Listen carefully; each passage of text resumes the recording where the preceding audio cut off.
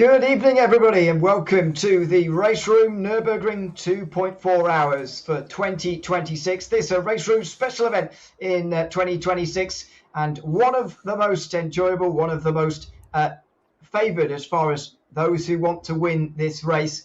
It is a big one as far as these drivers are concerned in RaceRoom at one of motorsport's most challenging racetracks. We've had the 24-hour in the real world last weekend, time for our 2.4-hour race, 2 hours 24 minutes. Here in RaceRoom this weekend. Single driver event, of course, but still feeling like an endurance race because of that fact.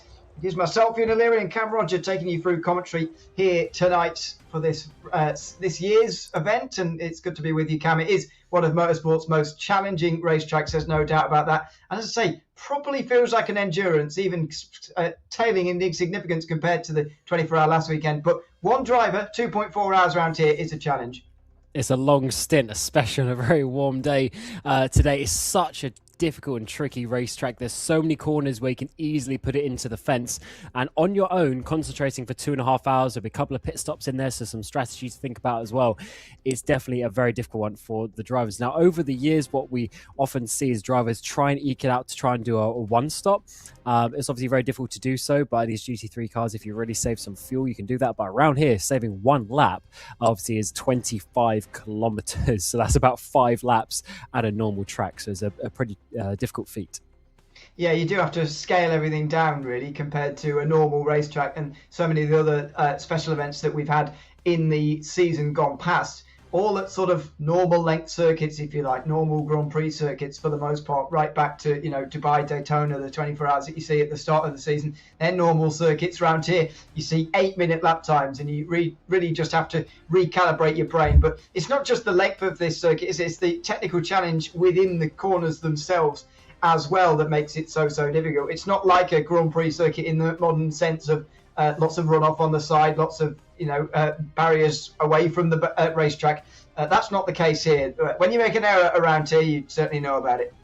Absolutely. If there was all of those modern runoffs and everything, it wouldn't be the same track. Once you get past the Grand Prix loop and you're out onto the Nordschleife, it's a completely different style of circuit. The barriers are close. There's so many massive curbs around here as well. It's not like these flat ones. And if you do go off the track, you're basically going to have a crash. You're not just, forgiven by having all this tarmac runoff like we see. So, or even, the fact of having a barrier, but it's, 20 meters away from the track. As you see here, it's just a couple of meters either side, and you can very easily make some mistakes around here. So even though there isn't going to be the same in terms of multi-cars having, well over 100, 200 cars out there on the track, it is still a tricky event just for the drivers themselves to complete.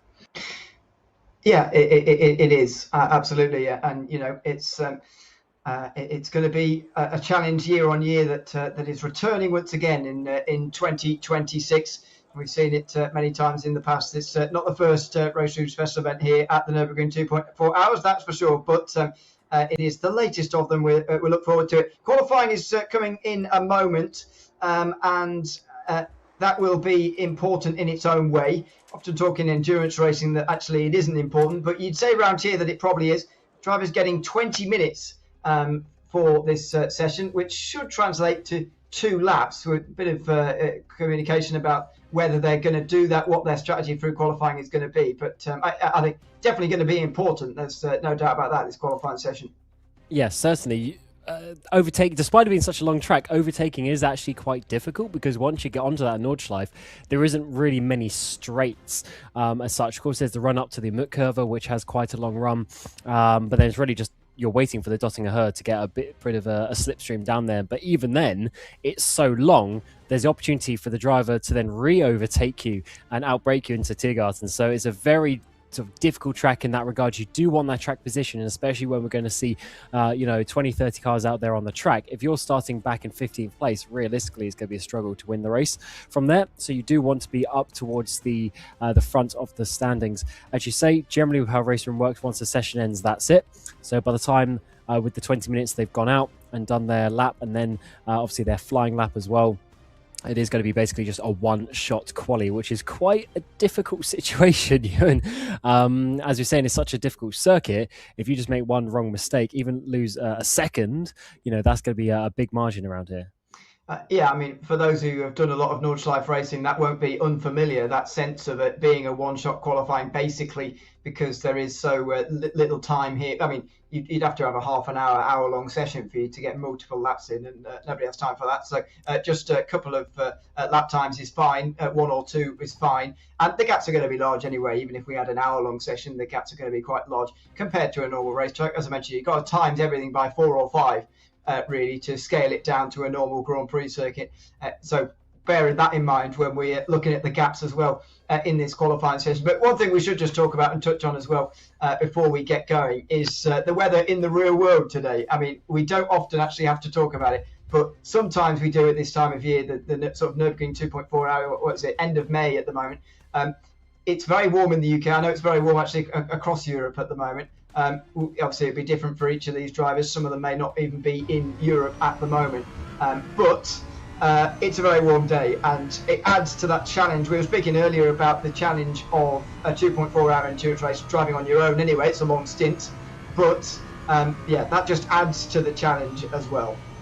Certainly, all of these sort of special events, we end up getting into the summer. We end up with a situation where it's very hot, and that can always be a bit more draining on the drivers. Hopefully, they've got lots of water next to them for a basically a bit of a longer stint today. We are into that qualifying session, and then we will have to basically see who is going to be coming out on top. I'm very interested to work out how some of these drivers are going to go. There's a lot of names that we're used to and some that we're not. On the previous iteration of the championship, or the race I should say last year, was Latkovsky, who was able to come out on top. He's out there on the circuit today. The previous year in 24 was Ribeiro. Don't see him on the list at this moment, but Latkovsky coming to try and do 2 in a row.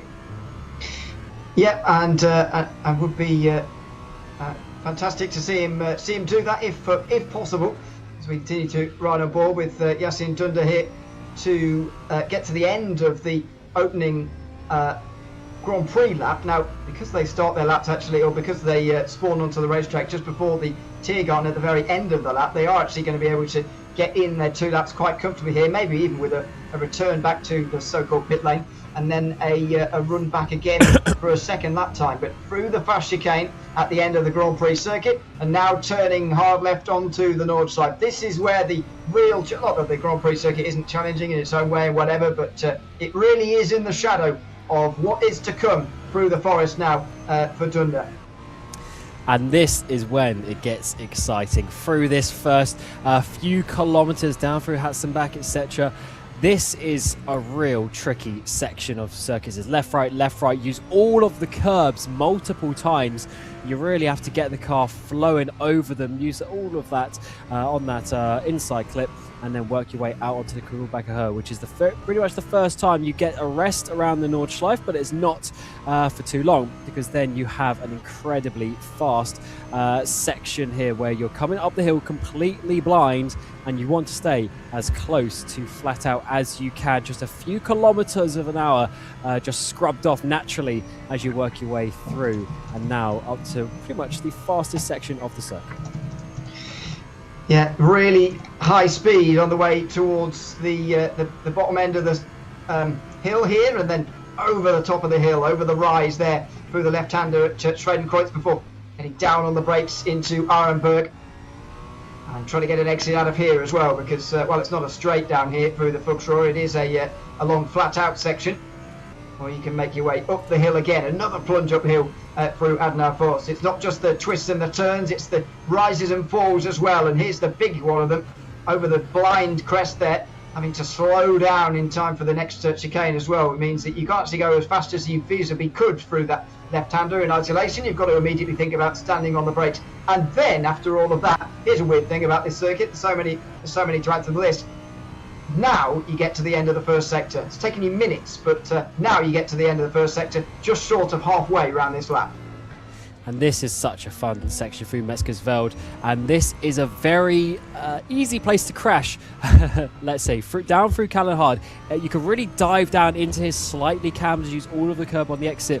Then you just have a little flick for a chicane, and now into a miss into a very interesting sequence, because it's sort of a triple right-hander where you want to allow the car to go back into the left-hand side for working your way down to Verschleife. And this is an easy place to crash because it tightens up so much, you really slow down, and then onto the sort of middle part of the lap. Here's Latkovsky, your winner from the previous iteration of this last year in 2025, as he works his way up through that sequence of corners through Exmüller as well. This is one of those corners where it's completely blind and always had a little bit of a wiggle there. You don't quite notice how uphill this goes. I mean, you're literally completely blind just looking at the sky. Yeah, it's very, very steeply uphill on the way through there, and again, so many places on this racetrack where that is such a massive thing. Slatkovsky now comes through Bergwerk at the right-hander, and then another really long flat-out section. You mentioned that over the course of such a long lap, there are actually relatively few overtaking chances over the course of the circuit, despite it being so long. But this is one of them. It's a half chance, really. A big chance for a big slipstream on the run up the hill here towards the left-hander at the Muck-Curve. You've got to be dead alongside, though, and really you've got to be on the inside there as well. There's not too much that you can do from the outside. Latkovsky pretty comfortably through there in this qualifying session. And now in towards the Stahlstrecke and getting onto the brakes here, where previously they would have carried on up the hill back a very, very long time ago.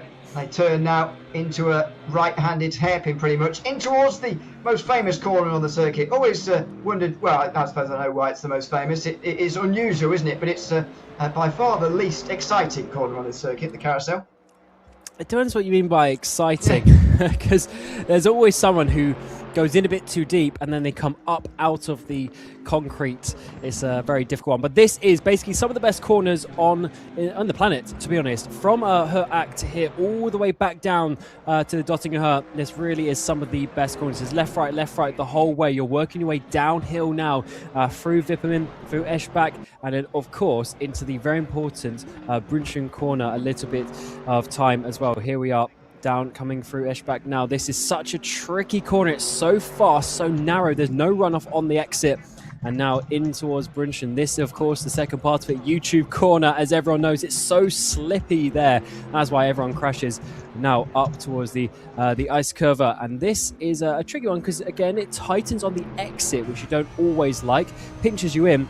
Now down in towards Flansgarten. You see so many people crash here because it's very fast. You see 180 k's an hour, fourth gear, and then you're flat out on the exit through all of these crests, completely blind through here, but you hold it pinned as you do not want to lose any speed, working your way down through the Stefan Beloff S and towards the end of the lap. Right, real final throws now of this opening lap of the session through Schraubenschwanz, the right and the left. And now into the carousel, just jumping over the curb there, or out of the, whatever you call that, the concrete. And now into Gauwenkopf, over the top of the hill again, over the top of another hill. Keeping that first apex, then looking for a later one, drifting wider and wider. And now onto the Lond Döttinger Höhe. This is where finally it is going to be a big run towards an overtaking chance in the race. Now in this qualifying session, it's just about the straight line speed. And as far as a difference in manufacturers goes, there's certainly been consensus among the field. Porsche, BMW seem to be the most popular, with 3 Mercedes and 3 Audis here as well in this field for this year's event. Here comes Duda up towards the final lefts and rights. And now getting on the brakes in time for Hirgon, a little bit wide of where you maybe want to be on the left-hand side there before being able to get out onto the straight and over the start-finish line. Here come the first times. 8:04.1 from Keitzel is currently the best. Areco goes ahead, and Dunder, as we've been following, goes up to 4th. And there you see it. So drivers wanting to take 2 laps there effectively and drop back to the pit lane in inverted commas in between times. And this is good, 8.3. That's a very good lap time to start. and hopefully that is going to get him the pole position a little bit later on. Lakowski's 3 seconds off. He won it from last year. Of course, they will be able to get themselves an extra lap here. Looking at last year, I mean, I think it was 8.6, an 8:06 that was pole last year. So we're 3 seconds faster than that already on those first laps. So this is looking very, very good for Areco as it stands. And here he goes for another lap. The Danish driver in his Porsche through the first couple of corners and back out onto the GP track. But he's only got 0.3 of a second to Kleinstall, so very, very close in behind. And Areco was actually second in qualifying last year. Yeah, and we're wanting to go a couple better than what he managed in the race. Nico Areco, he managed a podium, but wants to go a couple better than that. Last year's winner, Cody Nikola Latkowski, is here. Matej Miskovic, sadly, is not here. Finished second place last year, so haven't quite got all of the podium from last year's event. But we do have some of the bigger names. And you know, these are up against some of the names who've been around for some time. That Areco's decided that Grand Prix circuit wasn't good enough and he's going to go again, which is the advantage of the RaceRoom system, that everybody's got another minute or 90 seconds to decide whether this lap time they're currently on is actually the one they want to go through with. But it's a bit of a risk, because if you're in a half decent lap but you think, oh, maybe I could have done the first bit quicker, are you going to give that one up or try and finish it? It's a tricky one with how long it is around here. It's so easy to make a mistake anyway. Driver to not set a lap time so far is Blankenberg. He was actually second 2 years ago in 2024 behind Ribeiro, so he is yet to set a time in his BMW. So that is that's another driver that we are potentially expecting to be up towards the top ends. But again, they've all got time to start their laps now, so this could change around very, very quickly indeed. And even though there is a bit of a gap in the first few places, in behind that, it is very, very tight. As you've seen Kleinstall here come through for the bats, and that is looking very settled. Good minimum speed through that corner as he works his way up into sixth gear. So down the other side of the hill and back over towards Tradenkreuz again for Kleinstall. He was over the line before Areco, don't forget. And so we'll see his second time through first this time. Again, we'll reiterate what we said earlier on about the length of this racetrack, in a sense of being 4 or 5 times bigger, than a normal racetrack, which means that gap in reality around a normal circuit between Areco and Kleinstall would be very, very close indeed. But you would say that the top 2 or 3 have shown themselves, I must say, in this session to be quite significantly faster than the others. The Porsche 123, the closest of any other manufacturer, more than 2 seconds behind, is fairly significant really at any circuit.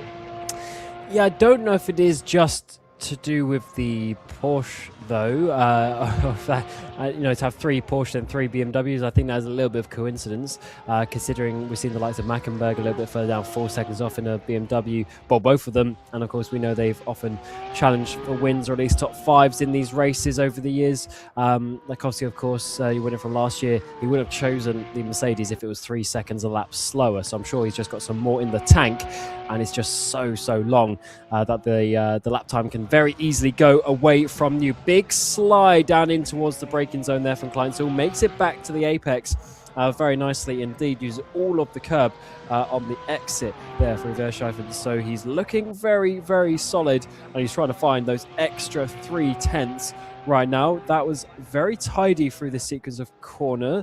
Now up the hill again. I think this is going to be another solid lap. It just depends if almost it's a little bit too clean from the laps that we've set so far. Here's Blankenberg yet to set a lap.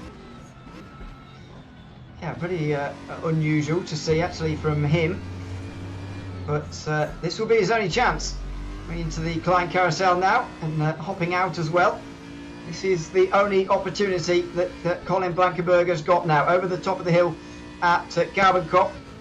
Now the final turn before the Döttinger Höhe, keeping it a little bit tight to the right hand side there than what we've seen from a couple of others in the past. And now onto the long Döttinger Höhe. He is one of 6 drivers to have not set times so far of the 26 who seem to be entered into this, although I've been told that one is missing from that list. But maybe we'll see maybe they're not in that list anyway, but 26 should be in the field, and Blankenberg comes down the hill now towards the end of the lap now. Just what's the reach? What's the speed going to be? 278 kilometres an hour reached at the very end, at the bottom of the hill. Now on the brakes for Tiergarten, and that final run towards the line. One of the most recognisable names from these RaceRoom special events over the course of these years. Colin Blankenberg coming towards the start-finish line. He's only going to be 16th, 7.6 seconds down on pole. That seems like a very long way. That's a significant margin. It's not always the exact mass, but let's say it's 5 times longer than a normal track. Even if you divide it by 5, it's going to be a second and a quarter, like 1.2 seconds or so off the pace.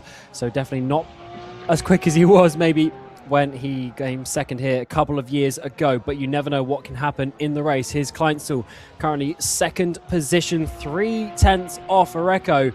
It's been a very solid lap from what we've seen so far through the corners. Once again through the ice curve, looking good and using all of the exit on the road there for working his way down to Flansgarten. This is looking to be a solid lap, but is it fast enough? 3/10 is really such a small margin. It's going to be mere a couple of meters at best by the time we get to the end of the lap, and he just needs to hold it absolutely flat. Looking at his minimum speed, just no lifting off the throttle there from Kleinstl. Absolutely none. And as I said earlier, he will be over the line before Areco, so this will be the next big time to come through.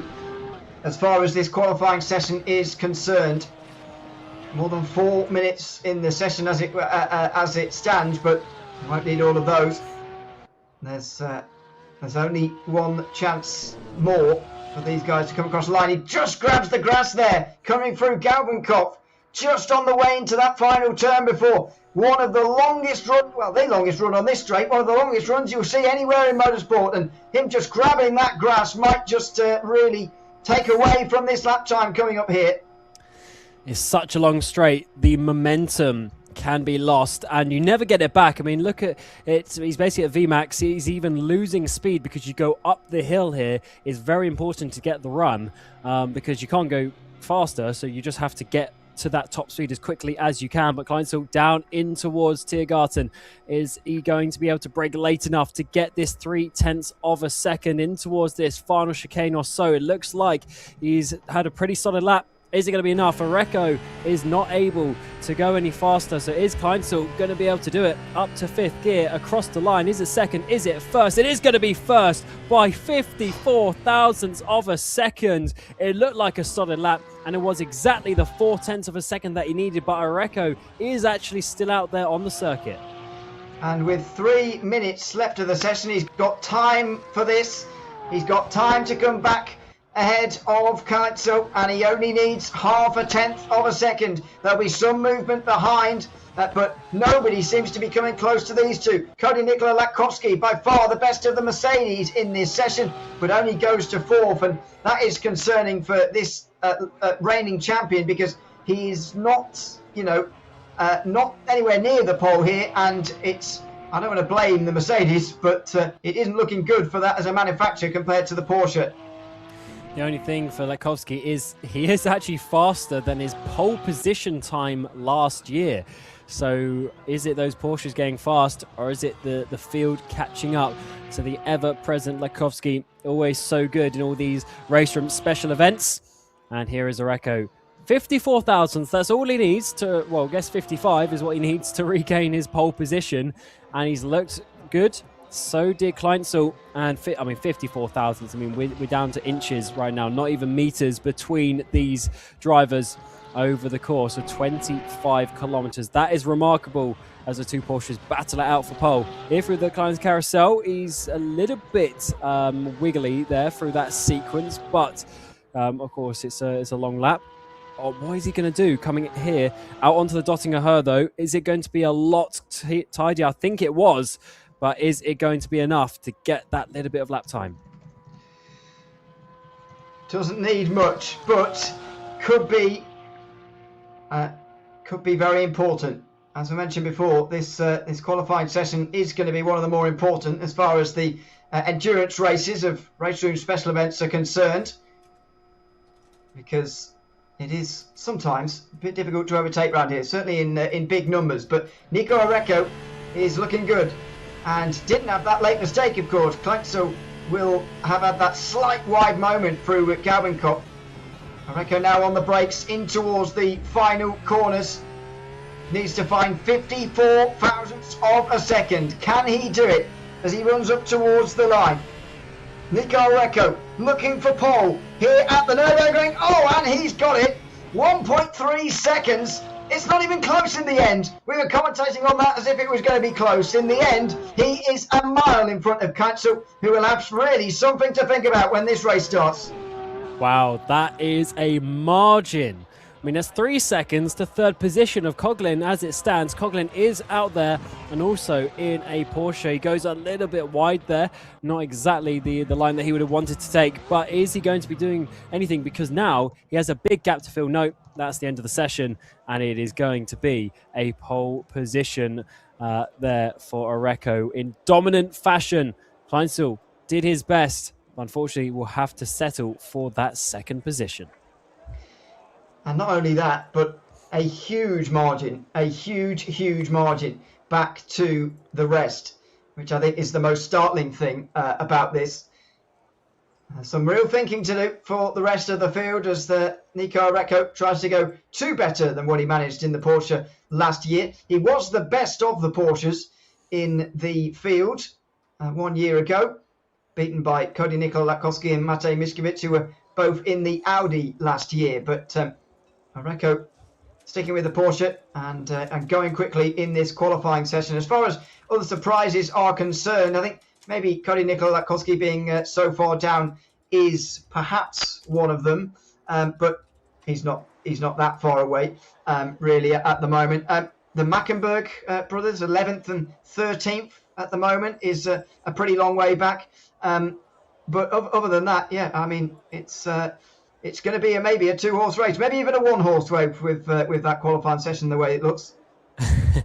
That is, yeah, I mean, that's very true. If he's got that speed in the race as well, that is going to be quite something to overcome. I mean, we are going to be looking, what's it going to be? He's going to be in the region of about 20, early 20 laps that we're going to be doing around here. So if he's over a second quicker. But here we are to the race start.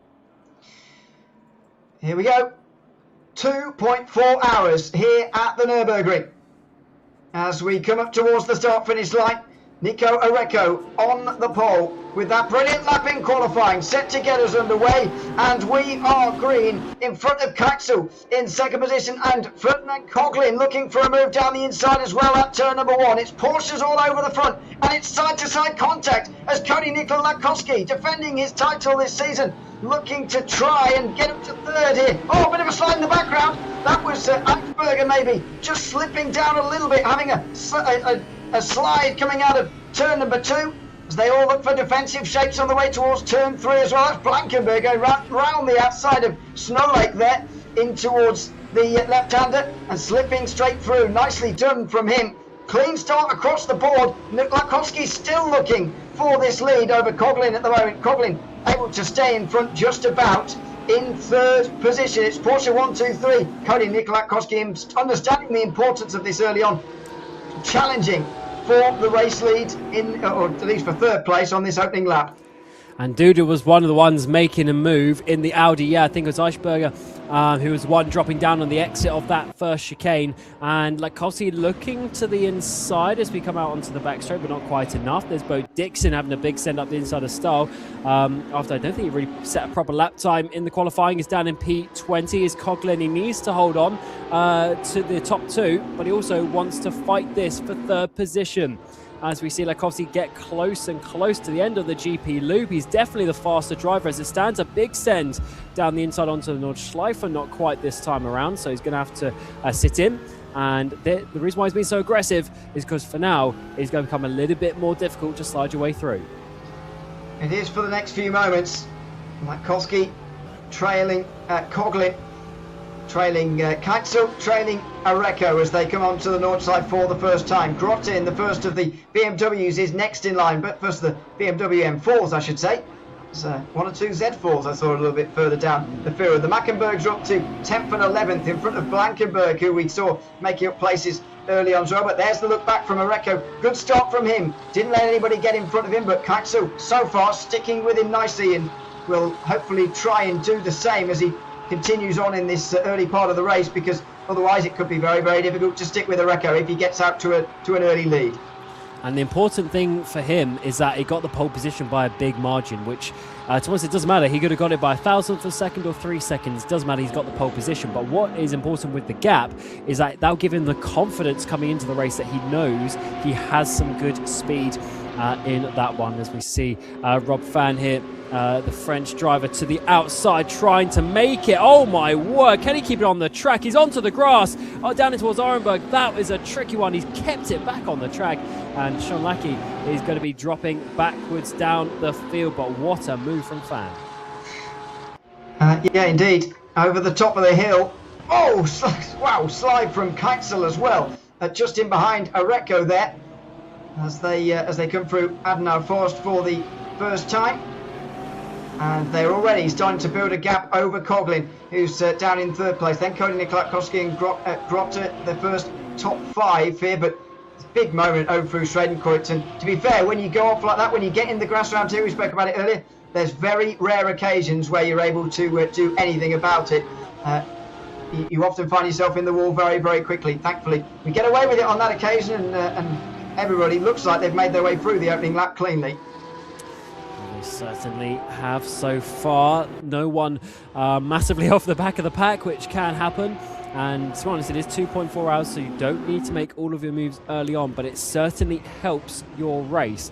We will have probably 2 pit stops for most of the drivers, maybe a 1-stop if someone wants to save the fuel, but that is a big, big task. So realistically, it's going to be a couple of stops today. We will have 7 or 8 laps on the stint as well by the time we get to that. And I don't think anyone is going to be saving fuel at the front here, though. It looks like they are pushing hard to get away from the pack. Yeah, they certainly are. In the background, you can see Latkowski having a look towards Bergwerk, and he thought about going down the inside there, but couldn't quite do it on Coughlin, who stays in front now. But though this is the first sort of half opportunity for there to be a move here into third place, and Nikola Latkowski is surely going to see this as a almost must overtake. If he wants to win this race, he cannot afford those 2 out front to get very far in front. So he gets into the slipstream, he closes some more. I'm not sure he's going to be able to manage it. Let's see though, further behind, no he doesn't, further behind, Visser and Alex here side by side. Johnny Visser to the inside, that's how it's done. You've got to be a long way alongside, and then, well, pretty much have your nose in front, to be honest, on the inside. Otherwise, you're going to find it very difficult to make a move through that fast left-hander. Yeah, Mutkova, bravery corner, and that was brave from Visser. What a move for 8th position. He really had to send that one. Alex wasn't giving up easy, but in the end, he was able to get his green BMW up into that 8th position. Alex now right on the back of him. They pulled away a little bit by a second or so from the Mackenberg brothers, who are a little bit further behind, as they've also got Blankenberg in the Z4 trying to work their way through. I think Blankenberg might have made the move. I'm not quite had to back out of that one as they work their way up towards her act. But Blankenberg is now slicing through the field after struggling a little bit in qualifying, but now showing the race pace that he had. He must have made a mistake qualifying to be sort of 8 or so seconds off the pole position in the end, but now is challenging the top 10. As will be a significant achievement to finish in the top 10 here. That was a change of position there for Mackenberg and Blankenberg. Oh, and there's been trouble here. Oh, and a spin for Sven Mackenberg. He spins over the top of the crest there, and he cannot reverse out of here because there's an on-rushing of cars that's going to drop him all the way down to 26th. Opening laps are always where you do not want an incident because it will drop you so far down, and Sven Mackenberg, one of the most experienced and long-time top RaceRoom drivers, has been in the wall, and he's got a fairly sizable hole in the front end of that BMW as well. Now, as on the exit of Wipperman, I wonder if there was contact with Blankenberg They were fighting hard all the way up through her act, etc., then coming back down the hill. But in the end, he was the one who ended up in the barrier. Colin Blankenberg, therefore, is in P11 behind now Marvin Mackenberg, but a couple of seconds behind after that contact. Now need to try and work their way up. Alex has got Weiser back for 8th position in all of that. So after a really brave move from Weiser, it looks like it's going to be Alex who's now back out on top. I wonder where he's done that. Down the hill is not a place where you want to be making an overtake, but somehow Alex worked his way back through. Out through Gamenkopf and over towards the Döttinger Höhe. So here we go.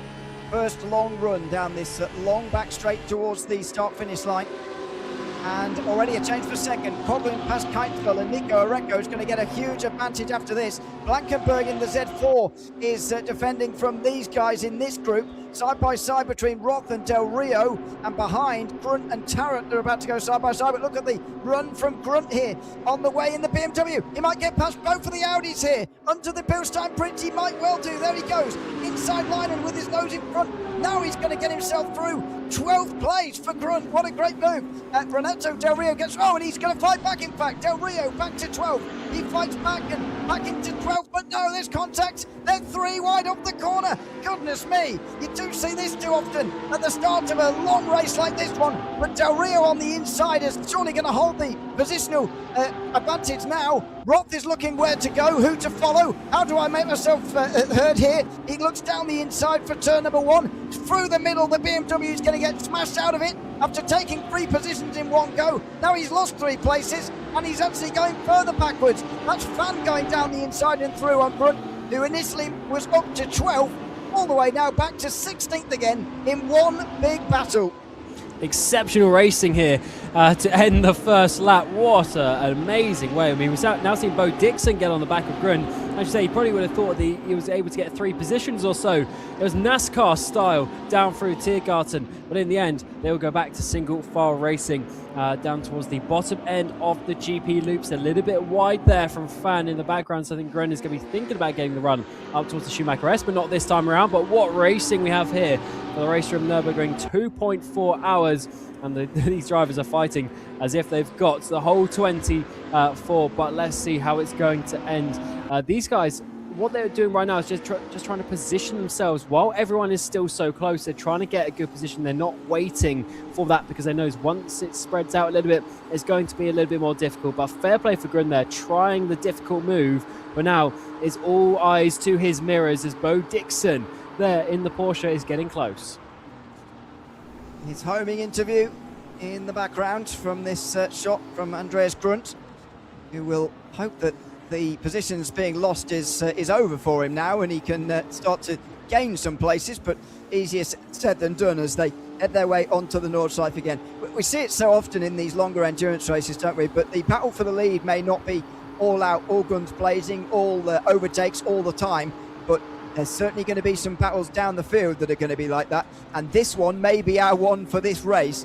Blankenberg has not quite got himself removed from this yet, and because he's in a Z4, I first of all will take my hat off to him, but second of all, he might well struggle, be working against the forces of that car, and at the moment, quite a train is being created, actually not by him, but he's not far away from a huge group, which might be our primary entertainment through this race. Yeah, behind Blankenberg, there's about 8 or 9 drivers within the next 3 seconds. So, all the way from Del Rio down towards Stahl and P20. So that is a whole host of cars that are trying to get through on each other. We're seeing Sean Clackey here, and in front of him a few drivers. This is Bo Dixon there in the blue and green Porsche, now trying to go to the outside into Arenberg, but that is covered off by Grunt, who's able to just hold that on the brakes. But look at this, it is a big train. It is so difficult. You make one mistake and you are losing multiple positions, which will really hinder your race. That is why they are pushing so hard, because they want to stay at the front of these trains. This is basically for the back end of the top 10 effectively. So even though Bo Dixon's looking at his leaderboard, he's seen P17, realistically there is the hopes of a top 10 at the front of this battle. Exactly. That might be the big target for all of these guys. That might be the target that well, at the moment, only one of them is going to get, because the 9th place is quite a long way ahead of Robin Mackenberg, who is currently in that 10th position in the early stages of this race. The top 9 covered by only 7 seconds, which is pretty impressive considering the qualifying times at them almost at that distance, to be honest, although having said that, we have only had a lap and a half or so, with Nico Recco leading the way. We're following Bo Dixon here, looking for a way past Grund. And he's Andreas Grund just trying to stop the bleeding here, really. Bo Dixon trying to take advantage of the fact that German has been overtaken quite a few times on the run down the Döttinger Höhe there. But I mean, if this group stays as it is all the way round until the Döttinger Höhe, then I can't see how lap 2 is going to be any different to what we just saw. That's very true. They'll be positioning themselves to get a 2-3-4 car train down the back straight, but there's a lot of racing to do before we get there. We've already seen overtakes in the Mutt curve, and even a little bit after that, we're able to see Alex and Weiser swap around. And actually, quickly looking at that, Eichberger has got past Weiser for 8th position. So Weiser has actually dropped down 2 places since making that incredible move, just showing you how difficult it is.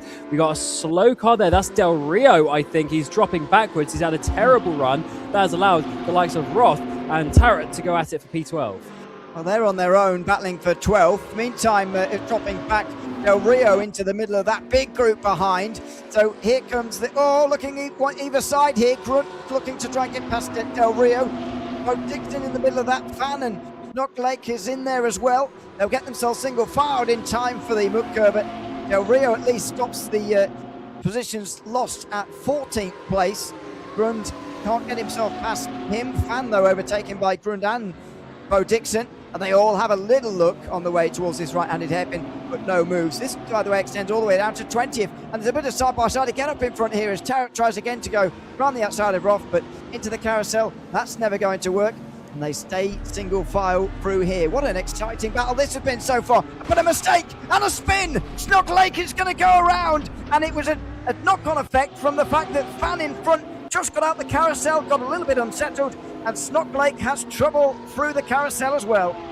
It's single file through there, and there's absolutely no way that he would have been able to avoid that one. They're bumper to bumper, any little hindrance from the car ahead, and you are unfortunately getting rear-ended. That's exactly what happened there. Fan is okay though, he's there in P17, but unfortunately for Snock Lake, he is now dropping down into 22nd position, and that takes him out of some contention for some good finishing positions today.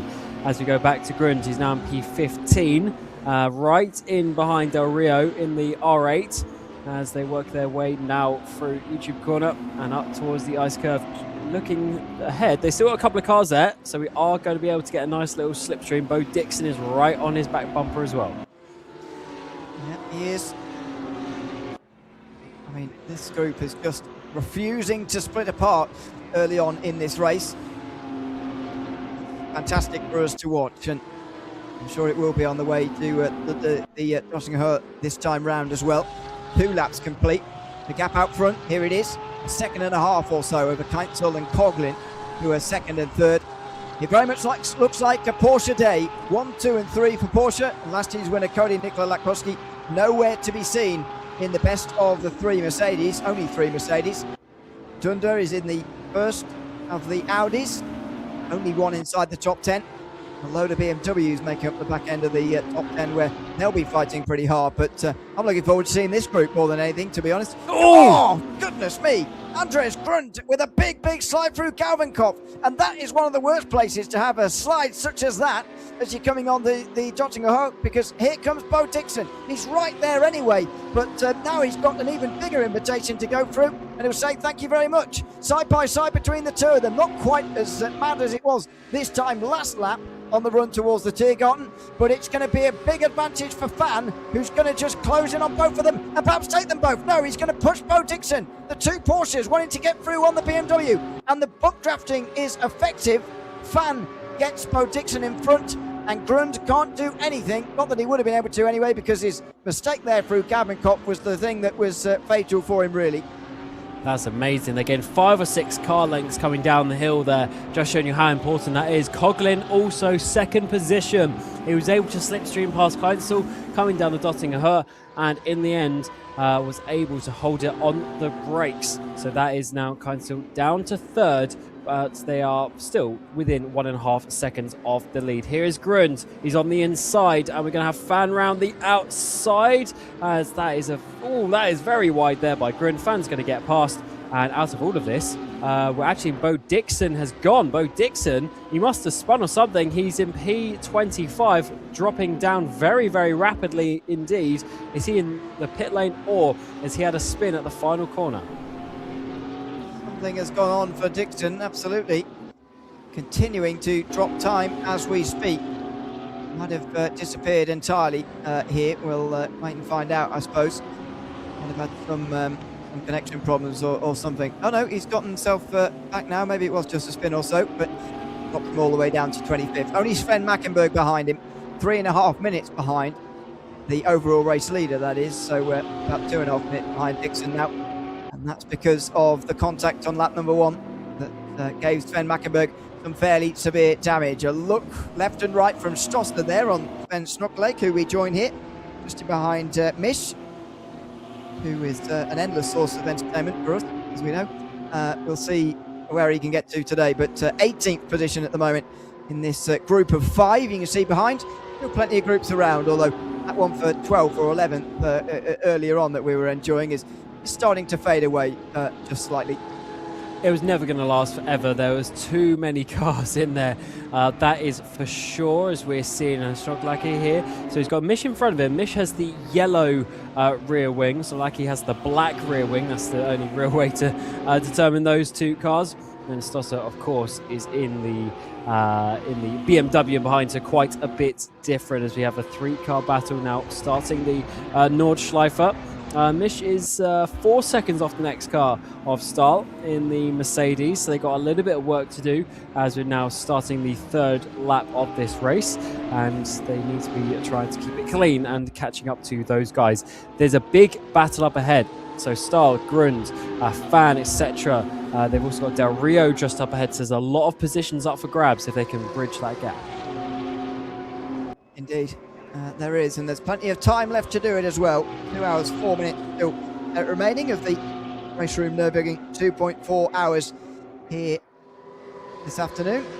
Here comes Snoklake now on Mish, who just slightly deviating his line there as he held the inside on the left there towards Schwedenkreuz. He's on the outside, Snoklake, and that's the very, very long way around. We've already seen how that can nearly go wrong. He's actually forced on the defensive from Stosser, who was looking to take advantage of the hesitance from his compatriot.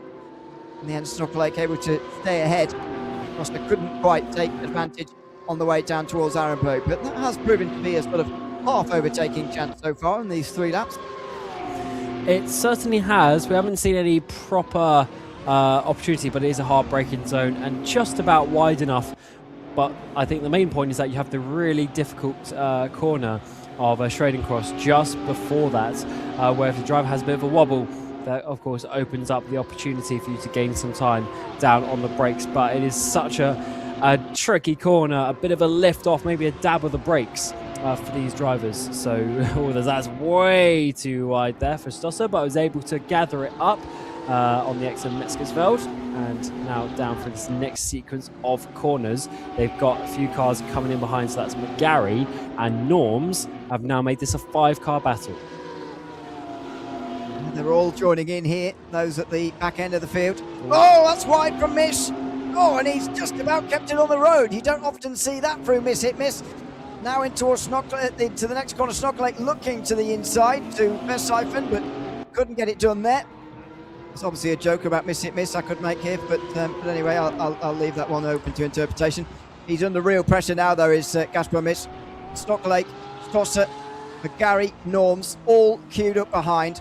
And out of Exmuller, next corner Bergwerk, next run is up to the muck curve, and that is where Mish could really be slipstreamed unless he gets a real good exit out of Bergwerk. In fact, McGarry's not even waiting for that as he tries to get into the top 20. He looks down the inside on Stosser, side-to-side contact between the two BMWs, but the Irishman is through. and they have the same livery, so a little bit difficult to tell, but McGarry looks like he's got the headlights on, Stosser without, as they work their way now through these left-handed kinks flat out easily, but that doesn't mean it's even the nicest position to be in. We got the two Porsches going side by side out towards the Muck curve. That would be an incredible shot. Like he is able to make that. He's now got the inside line. Where is Mish going to put his car? Because you can't really go side by side through there. It looks like around the outside there's going to be some contact as well, as Mish is going to have to lose some momentum, but he holds it firm on that inside line, makes some contact with the curb, but in the end, Stoglacki who's able to get past, and in the background is also McGarry, who's able to confirm that position on Stosser. Oh, amazingly done. Between those two, you mentioned it's difficult to go side by side around the Muck curve, but two respectful drivers, and it can be done. Stoklake gets ahead of Kasper Misch on this occasion. Actually, it's immediately going away. Look at that, already a second, and whether that's down to pace or not, I'm not sure, but it's a striking early gap that the German has got over Kasper Misch, who maybe has proven himself to be a bit of a cork in the bottle. If that Porsche continues to go away, these three will be thinking, wow, how quick can we go compared to Kasper Misch here? How much is he slowing us down? Based on that early evidence, he's really slowing this group. Yeah, and considering the time that he's lost already just since being overtaken, I think all those three cars, as you say, are probably being held up at this moment in time. We go back up inside the top 10 we haven't seen for a little while. This is Alex, Ribbon Alex in 7th position. He's not too far behind Grota, just a few tenths of a second. They pulled away from Eichberger, so that is a good 2-second gap. Now there's a further 2 seconds to Weitzer. Weitzer, of course, was the one who's able to overtake Alex earlier on, but now has dropped back into that 9th position. And Alex is looking forward because they've got Duda and the Audi not too far up the road. And then your winner from last year, Lakovsky. The top 3 Porsches have really got away. So it's now a battle for 4th place with 4 cars. I've been quite impressed with the way the top 8 have stayed so close after qualifying that wasn't particularly close between the top 8 or so. The race has remained very close. Looks like Ribbon Alex is probably the closest to making a move here. Dunder not that far away from Cody Nikola Latkowski as well, as we officially tick under 2 hours to go here at the Nürburgring. Nearly half an hour gone, and I've got to say it's flown by so far, Cam. There's 3 laps and endless action throughout the 3 laps so far. Admittedly not for the lead, but you don't always need a lead battle. You just need fights through the field. Here comes Dunder on Latkowski, and here comes Alex on Grutter, and they both get through pretty comfortably into the final part of the lap. I really didn't think coming into this, when I was trying to see the driver list, that Lakovsky would be not even fighting for the podium today. But so far, he's now dropped down into 5th position. He's only gone backwards since the start of this race now, as we've seen Stosser. So they've both got past Misch. So the 2 BMWs have got past the Porsche there, and now they're bum drafting to try and hold on to this one. They sort of overlap each other, so there's no position for Misch. He's all over the grass, trying to get through towards Tiergarten, way onto the grass from Stosser. He's able to catch it back and just get it slowed down in time, but Misch should have to run around the outside here as we come onto the start-finish straight. Wow, Stosser avoids the wall, but pretty impressive. And somehow he's still going. He's lost a place to Kasper Misch, of course, but the fact he's still going is the main thing. Here he comes again on the way towards the hairpin. Misch was expecting it, and so he pulls onto that defensive shape, but that could cost Marius Stosser quite a lot of time here. If we're assuming he's much quicker than Misch, he needs to try and get past Kasper Misch as quickly as he can, and that opportunity missed might well cost him some time now, and he's trying to avenge that mistake here. Down the inside at turn 3. That's not quite going to work. He's forced the outside of 4, but he understands, I think, the urgency of this situation. He certainly does. He needs to get through, because otherwise McGarry is going to be completely gone up the road. A couple of seconds is difficult to overcome. It's to the outside. You don't always see it, but it is banked. A little bit of contact, though, between the two. Misch goes around, and that is an easy move for Norms, who gets past a pair of them. P20, thank you very much. And Stosser also gets through Misch. There's a little bit of weird contact. Unfortunately for the pair of them, it caused them both to spin, and now that battle with McGarry is really gone. Well, for now, it certainly has. There's a long race to try and catch back up, but yeah, that's a shame to see the battle end the way that it does down there at the hairpin. But as I say, I think Stosser did understand the urgency of the scenario there. And he was pushing to try and get himself through. Well, back to the front and back to the battle for fourth. As you say, remarkable that we're not even talking about Cody Nikolakowski fighting for a podium here, never mind not fighting for the win. The top three are a class above the rest, and it is a Porsche 1-2-3, still is, but I should be worried about Latkowski dropping further here. I mean, Alex and Grotte are not exactly going away at the moment. In fact, they're getting closer in their BMWs. So maybe Latkowski is going to be looking over his shoulder a little bit more than we would otherwise expect. Maybe he's got something up his sleeve for later, but for now, it's looking a bit worrying. Is he just a little bit slower than we were expecting? I mean, he's still in fifth position in the Nürburgring 2.4. It's not like he's doing terribly, but is he a little bit slower than we were expecting? Or is he saving a bit of fuel potentially? Duda making a mistake there into Arenberg, catches it, keeps that fourth position. I would love to see someone try a one stop. I just don't know if they're going to be able to do it. But you might be able to at least save enough time in the pit stop, though. That might be one thing to think about. We'll have to see when we get to the point of pit stops, but that won't be just yet. It probably will be a pretty simple strategy in terms of you go about an hour stop, and then you'll need to stop again for 3, maybe 4 laps of fuel to get to the end of the race.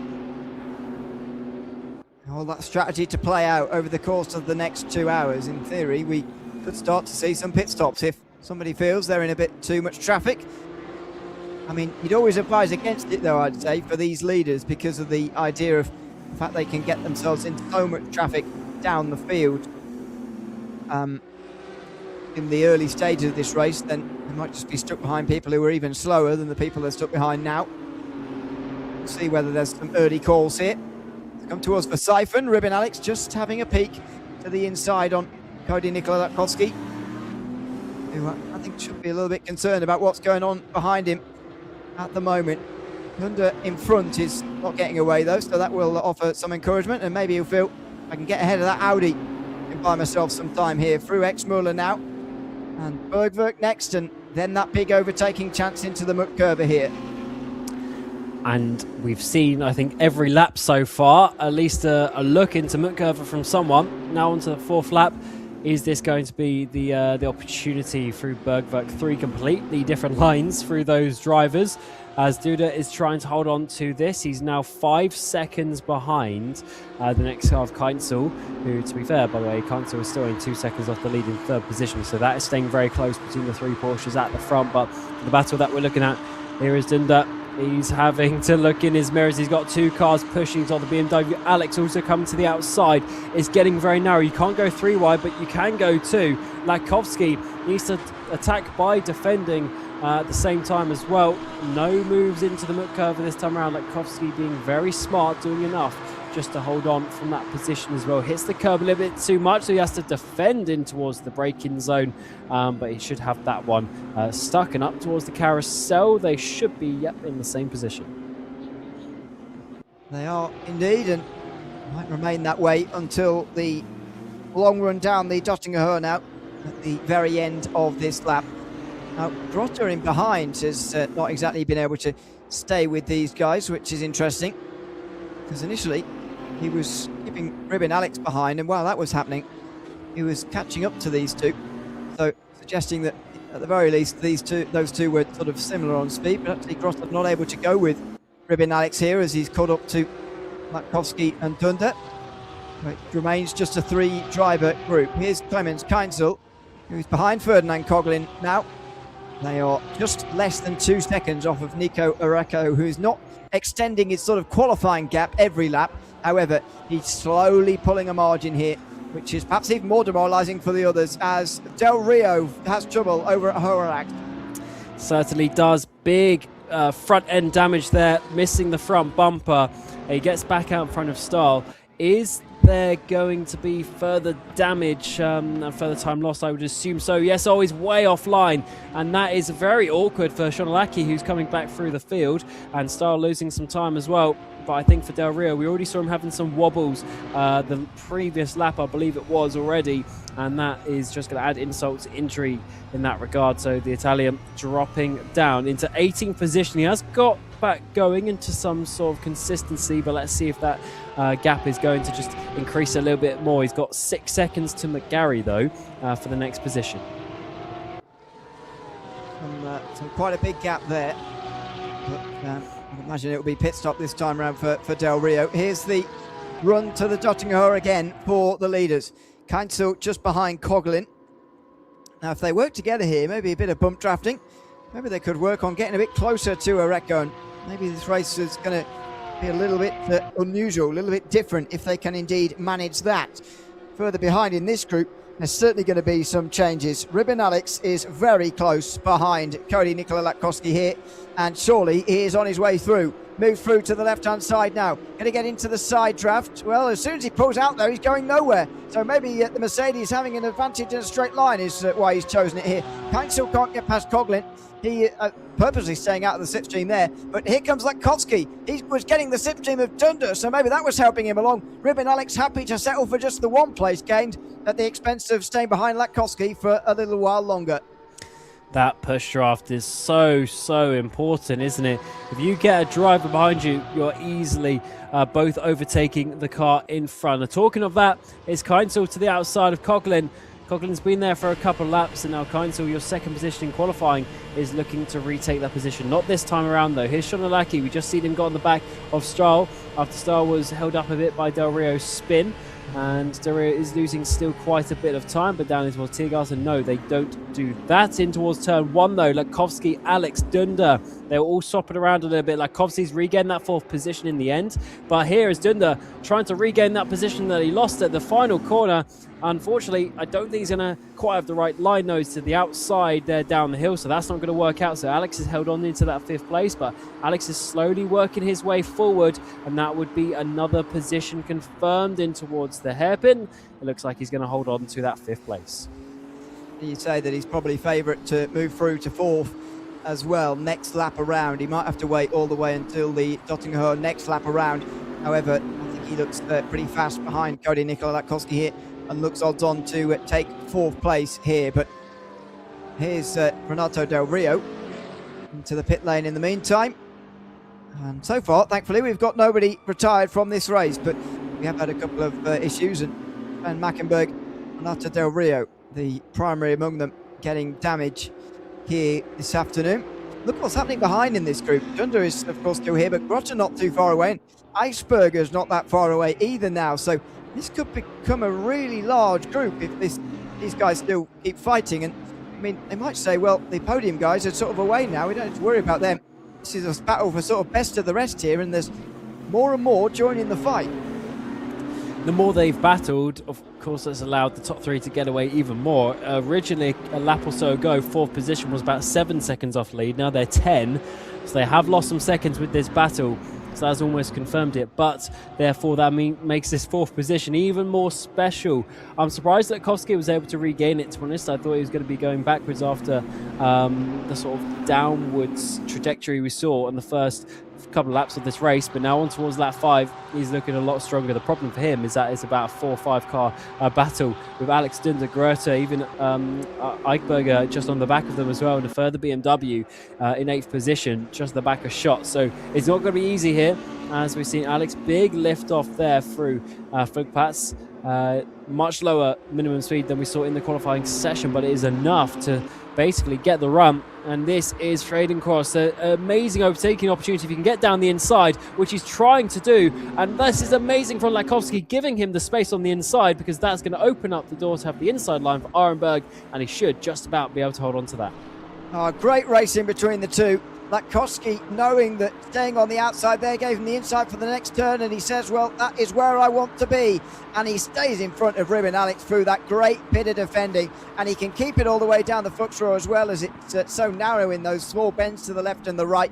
And Ribin Alex will have to wait even longer to make this move. I think he's definitely quicker than Cody Nikola Latkowski, but he's now getting impatient in trying to make this move.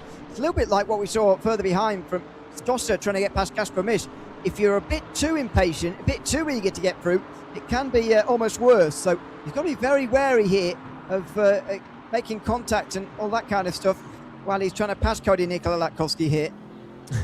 Yeah, you don't want to be overly eager. Yes, you sometimes need to be aggressive to make a move, but you don't want to cause yourself any spins or issues. Of course, you don't have the same way in terms of life stewards and stuff that we may have in a more regulated championship, because this is a one-off race, but you still don't want to be sort of taking yourself out of contention by your actions out there on the circuit. He's way too deep there, trying to open up the inside line for Verstappen, but that is not a place to overtake, really. It's way too narrow, and in the end, Alex is having to hold on to that 5th position. We're now almost 12 seconds off the lead, so this batting's really slowing them down, and that has definitely caused Eichberger to be not too far off the back of these guys, and very soon, a 5-car battle that Lakowski's trying to hold up. That's going to be a real challenge as well. The amount of drivers that are now stacking up behind is, well, going to get very tricky here. Ribbon Alex wants out of this. He wants to get into 4th place, and he wants to get away from the others. Can he now get through? Kesselsen, first of all, the constant left-hander here. Now will he go after this? He's so close behind the Mercedes. Now does he pull out to the left-hand side? Does Lakowski let him get to the inside here? No, he's just going to get pushed here. So Alex is happy to push Cody Nikolakowski on this occasion. I'm surprised, to be honest, he didn't go for the move, because every other occasion we've seen him so far, he's been looking every which way to try and make a move. Maybe he decided that the Moot curve is just not a sensible place to do it, and he's not going to get too much disagreement from me about that. In towards the next hairpin. Again, another look, but again, no chance to make it. Dunder's in here still as well. Grotter might be there by the time they're on the Döttinger Höhe, and Eisberger as well. It's a fascinating fight, and Ribbon Alex's strategy into how to get through on Lakowski here is intriguing as well. I guess he just wants to keep it clean, not allow Dunder to get too close. Maybe he sees, I mean, he's flashing the lights now, so that maybe is a sign that he's getting a little bit impatient. This is definitely not the part of the track to be making an overtake as he come up towards her act, the highest point of the circuit. So it's downhill all the way from here, generally speaking. And Lakowski is doing a good job to hold these guys up. And in the end, Grotter and Eichberger actually not getting too close in the background, despite the battling here. But I think Alex is just trying to force Lakowski into a mistake, but you don't. I mean, Lakowski won this race last year. You don't put off someone like that very easily, and especially an experienced driver in these championships. But it looks like Alex is going to have to wait to the Döttinger Höhe. Maybe he can use Dunder, I should say, to get a double slipstream like in reverse of what we saw last lap. Yeah, we did see that double slipstream play a big role, actually, I think, in Lakowski staying in front of Alex last time down the Döttinger Höhe at all. I thought the BMW was just not really getting anywhere in a straight line, but actually it was Lakowski in the slipstream of the Audi that was really helping him to stay ahead. But Dunder's going to have the 2 of them up in front with the slipstream. Alex just in behind. Lakowski is just going to have the 1. Got to be wary, though, that he doesn't overtake one and get overtaken by the other here. But to be honest, to a degree, there's not much you can do about what happens on this long straight sometimes. No, it's one of these tracks that kind of chooses its own winner sometimes, as they say. And this track is also, or the back straight is one of those as well. It's just so long, there's nothing that you can really do to defend completely unless you want to be proper dodgy and go full sort of NASCAR style Rubbins racing. But let's see, Lakowski runs wide onto the back straight. Dunder's not close enough to push Alex either, so this might be a tricky one once he pulls out. So it's actually going to be Alex pushing Lakowski because he knows Dunder's coming. Well, side by side for second in the meantime. Now Dunder's going to go for it, but surely he's going to get nowhere here with Lakowski and Alex working together like they are. Coughlin and Keinzel now the opposite way around, with the Austrian ahead of the German again. But Alex pushing Lakowski here. What an interesting call that is. It's distance Groster, by the way. It's made sure that Dunder can't get through. And maybe you're right. Maybe that's what the strategy is here. Maybe Alex has made a calculated decision here that Cody Lakowski is going to be the fastest driver to have at the head of this trio, and so he's going to do all he can to ensure that Lakowski continues to head this duo by pushing him down the long straight towards the end of this lap. 5 laps complete here. We can't be that far away from the first pit stops of the day, but maybe he was just biding his time for striking in towards turn 1. This intriguing strategy from Ribbon Alex continues. The twists and turns of what's happening here in this group just continue on and on. And Ribbon Alex now finally down the inside at turn number 1 gets a nice move made and it's all paid off in the end. I think you made this point a lap ago that Mercedes looked fast in a straight line, so you probably thought, let's push him, let's try and hold him at the front on the straights, but then when we get to the corners, let's get back in front. So let's see after a lap on the Nordschleife if Alex is able to get ahead of Latkovsky by enough to defend the next time around. We're looking at McGarry, so he's behind Norms in the Porsche. There's McGarry and Stosser. McGarry's got the headlights on this time, Stosser without, as we work our way down in towards the first corner. Big move to the inside from McGarry. Hard braking there. Is he going to make it to the apex? Whoa. No, he's not. So he's going to go wide. The pair of them are going to get through, and that's a nice, easy move for Stosser. That's a gift from Jack McGarry, who goes too deep at turn number 1. Stosser, as you say, straight through into 19th position behind Norms, one of 2 Frenchmen in this race. The other one just up the road by 9 or 10 seconds there in 17th position. Well, as I say, we're on lap 6 now, 5 laps completed, still 1 hour 41 remaining in this race. And the reason I'm pointing all that out is because from quite early on, I mean, these guys already know how many laps are in this race, and again, the reason I'm working that out is because of the chance, as small as it is, of people doing the one-stop race here.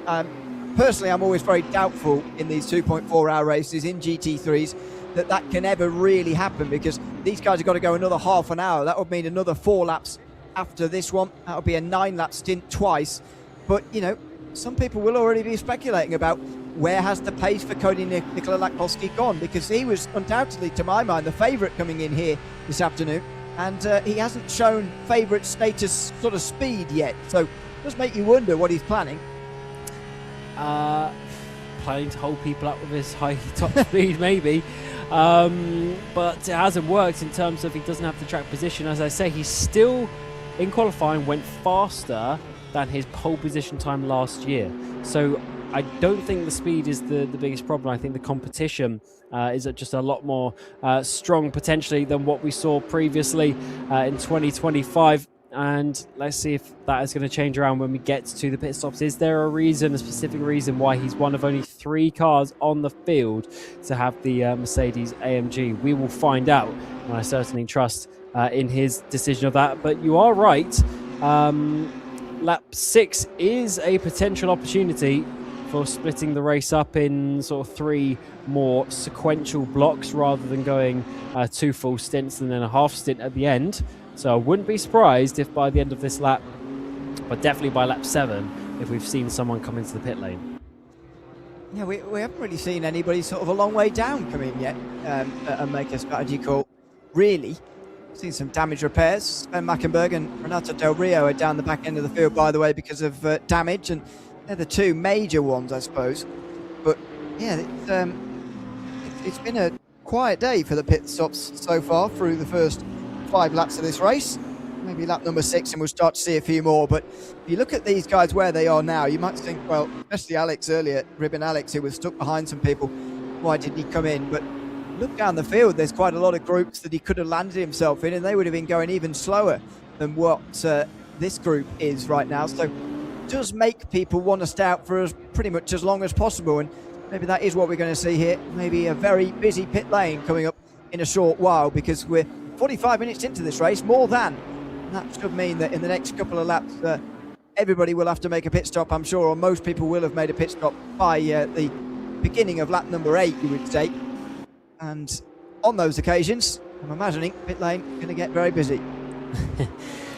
It certainly will, because with the lap being so long, it's basically most likely that everyone's going to pit on the same lap, because to save that lap of fuel is very, very difficult compared to, if a track is only 4 kilometers long, it's kind of understanding that you'd be able to save that. But if we're 5 times longer than that, or even more, then really saving 5 laps in a 1-hour GT3 stint is very unusual. So I would be surprised if we saw some drivers doing that, but you never know. So most drivers will pit on the same lap, whichever lap that ends up being. It just depends if someone wants to go a little bit different and try something on the strategy. Of course, they'll be taking the new tyres as well, which will be helping them on with that lap speed, as well as the fresh tank of fuel as well. Recco still leads at the front with Kleinsul and Coughlin.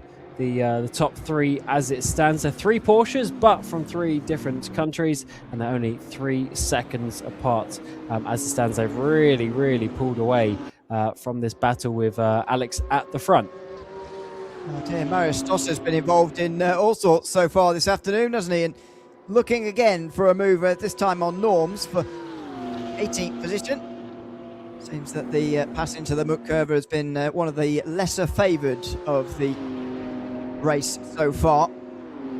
Stoss stays where he is. You can see the movers and shakers up and down the field, those 2 incidents that I told you about. Colin Blankenberg, the one who's moved up furthest. He's up to 12th place now, and he's not been around anybody for a while. Grund is just over or under 2 seconds behind him.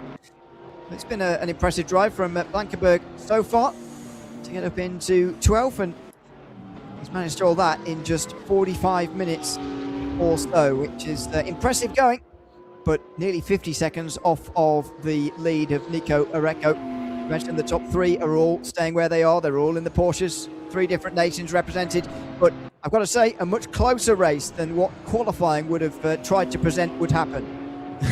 That is very true. I mean, even inside the top 10, we saw some differences of 3-4 seconds a lap.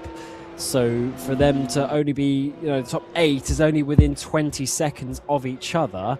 That is pretty remarkable after 5.5 laps of action around such a tricky and difficult circuit. The sun is setting out there on the circuit as we are getting to that evening time. Lekowski is sat there now in that 5th position as he tries to regain on Alex. I wonder, Ewan, if we're going to be seeing the swap over if we really do have a good top speed in this Mercedes.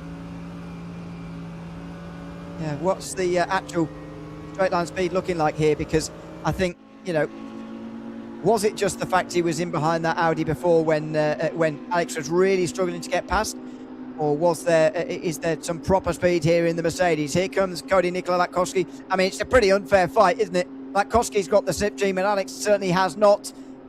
And so he's going to bump draft him here. Recognises the speed of these 2 different cars, and so decides to stick him behind. What's the speed down here, by the way? We're seeing sort of 278 maximum in qualifying. Latkowski, 274, saw flash up there just for a moment. So the run out of that final turn will be starting to wear on this a little bit now as the tyres wear away nearly 50 minutes into the run. Let's see if anybody stops. And here they come. Ribbon Alex is in anyway. The top 3, I believe, have all stayed out here. And Latkowski goes on as well. But of the top guys, Ribbon Alex decides to come in, and it seems almost enforced because he had clear air in front of him. Don't see any tactical reason he should have come in other than the fact he might have been running out of fuel. Yeah, I think this is just the way of splitting the race up in 3 more equal steps.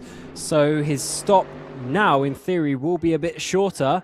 So that might be able to gain him some time. Let's see what he does in terms of the fuel, because I would still take a full tank of fuel, even though he's not going to need all of it, but just so that he's taken it in the car for the final stop. But we'll have to see if he wants to try and take the track position now, as we've got Norms, Fan in the middle here, and then Stosser on the back of this.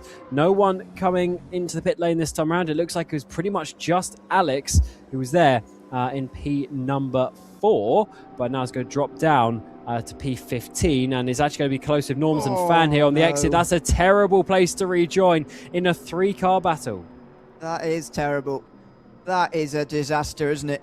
This is the day. I mean, we've spoken about it before, and we say it time and again in these races. You do not want to come out in a group like this when you've been battling at the front, no matter how you're stuck behind further up front. I recognise that Ribbon Alex was actually ahead of Latkowski when he came in there, but so demoralising, isn't it? It's so difficult to work your way through 3 in one go, and so Alex is going to lose a lot of time here. Matthias Stahl has been in as well, and there's another Z4. Mrazek is going to work his way alongside and potentially pass. No, he'll just pull out wide there, but I know you'll be not surprised to learn. I'm delighted to see a couple of Z4s out there on the racetrack. So much better than the M4. Look at that. Dear me. Anyway, and the engine. Yeah. Oh, the sound of it. Oh, goodness me. Have you heard it in person? Yeah, I did actually. Yeah. Oh, back in the day. One of it, yeah, back in the day. One of its last ever race. It may have even been the last race. It was British GT finale in Donington about 2016, 15, 17? Sorry. Somewhere around there. I'm not willing to discount the 3 years around that period. Grun just came into the pit lane, by the way, through the GP entry. So he's basically just lost himself an extra 2 minutes. Yes. What is that all That about? at home. Unless he was going to run out of fuel. Yeah. He's gone around the Grand Prix layout and thought, oh, I don't have enough actually for the Nordschleife, I better come in. And, well, he's going to cost himself an age there. He's going to drop to 24. As you say, he's not going to be credited with the whole lap just because he did the Grand Prix layout. Obviously, he's going to have to do the whole lap again. So that's pretty disappointing for him, and he'll drop a long way away. But yeah, I'm very pleased. I managed to hear the beautiful sound of the Z4. There's nothing quite like it in the GT3 grid anymore. Not quite. I was able to hear it at Brands Hatch. Have you been to Brands Hatch? I have never. No. And so basically, when you're walking around down from Paddock Hill Bend, you get to Druids, then you sort of walk through the trees a little bit to get to the back straight. I remember I was walking through, I couldn't even see the cars yet, and I just heard it go past. And you know when it was a Z4 back then, because even on top of the R8s and whatnot at the time, it was just an immense sound. It was so loud as well with the roaring 4-litre V8, and an amazing sort of accomplishment from them to put that in. As Ribbon Alex, he goes off. He tries to make a move, I would assume, through Arenberg, through Fan, through Stosser, etc., but he's gone off the track, and he's lost even more time. So this might be game, set, and match in terms of his position with Latkovsky when Latkovsky makes his pit stop. I would guess he'll be behind. Well, I mean, pit stop times might differ here, so it might be difficult to work out the actual loss, but I would guess he'll be behind Dunder, probably Grotter as well. Eichberger will fancy his chances now because of all this. Alex managed to get himself past on the Grand Prix layout there on Stosser. However, he must have been trying to get past Fan there when he went off at Arenberg, and now he's stuck behind these two again, although he will have to do a bit of catching on them even before then. Through Metzgersfeld, these two go now, and downhill towards Kallenhardt. Also wanting to get in front of Fan before Alex can rejoin them, but again, doesn't matter what way round these two are going to be, doesn't matter how quickly Alex now gets past. We already know he has lost significant time in this unfortunate moment, really, for him. You know, you can't exactly predict where you're going to come out when you make a pit stop, but you should at least make some guesstimate calculations. And in my mind, if he could have gone on a lap further, he should have done, but maybe he had no choice. Depending on if he committed to that fuel load at the start of the race. I mean, you probably saw the gap between qualifying and the race start was pretty swift, so you had to really think about that beforehand. And if you certainly didn't do that, then maybe wasn't able to adjust it in time. Or this is just a strategy, as I say, wanting to split it up into thirds, but not able to do that as we are almost an hour into this race, another half lap or so, and then we will be an hour into the race. So by the looks of that, it's going to be 7 laps an hour, so it's 14. So yeah, we are probably going to be somewhere around the 18 lap mark, so 6:66 could be. For Alex, the problem is he's missed so much time. So looking at Stosser here on the back of Fan, Alex is a second behind as well. Bit of a bend in that rear wing for Fan is clearly not gone to plan. Stosser looking to the left here, looking to the inside, and not getting through on this occasion. So just exercising a bit of caution rather than anything else through the muck curve this time round, rather than actually making an attempt at an overtake. Ribbon Alex will close in as a result, and will be closing in anyway. Lap 7 about to be completed at the front of the field.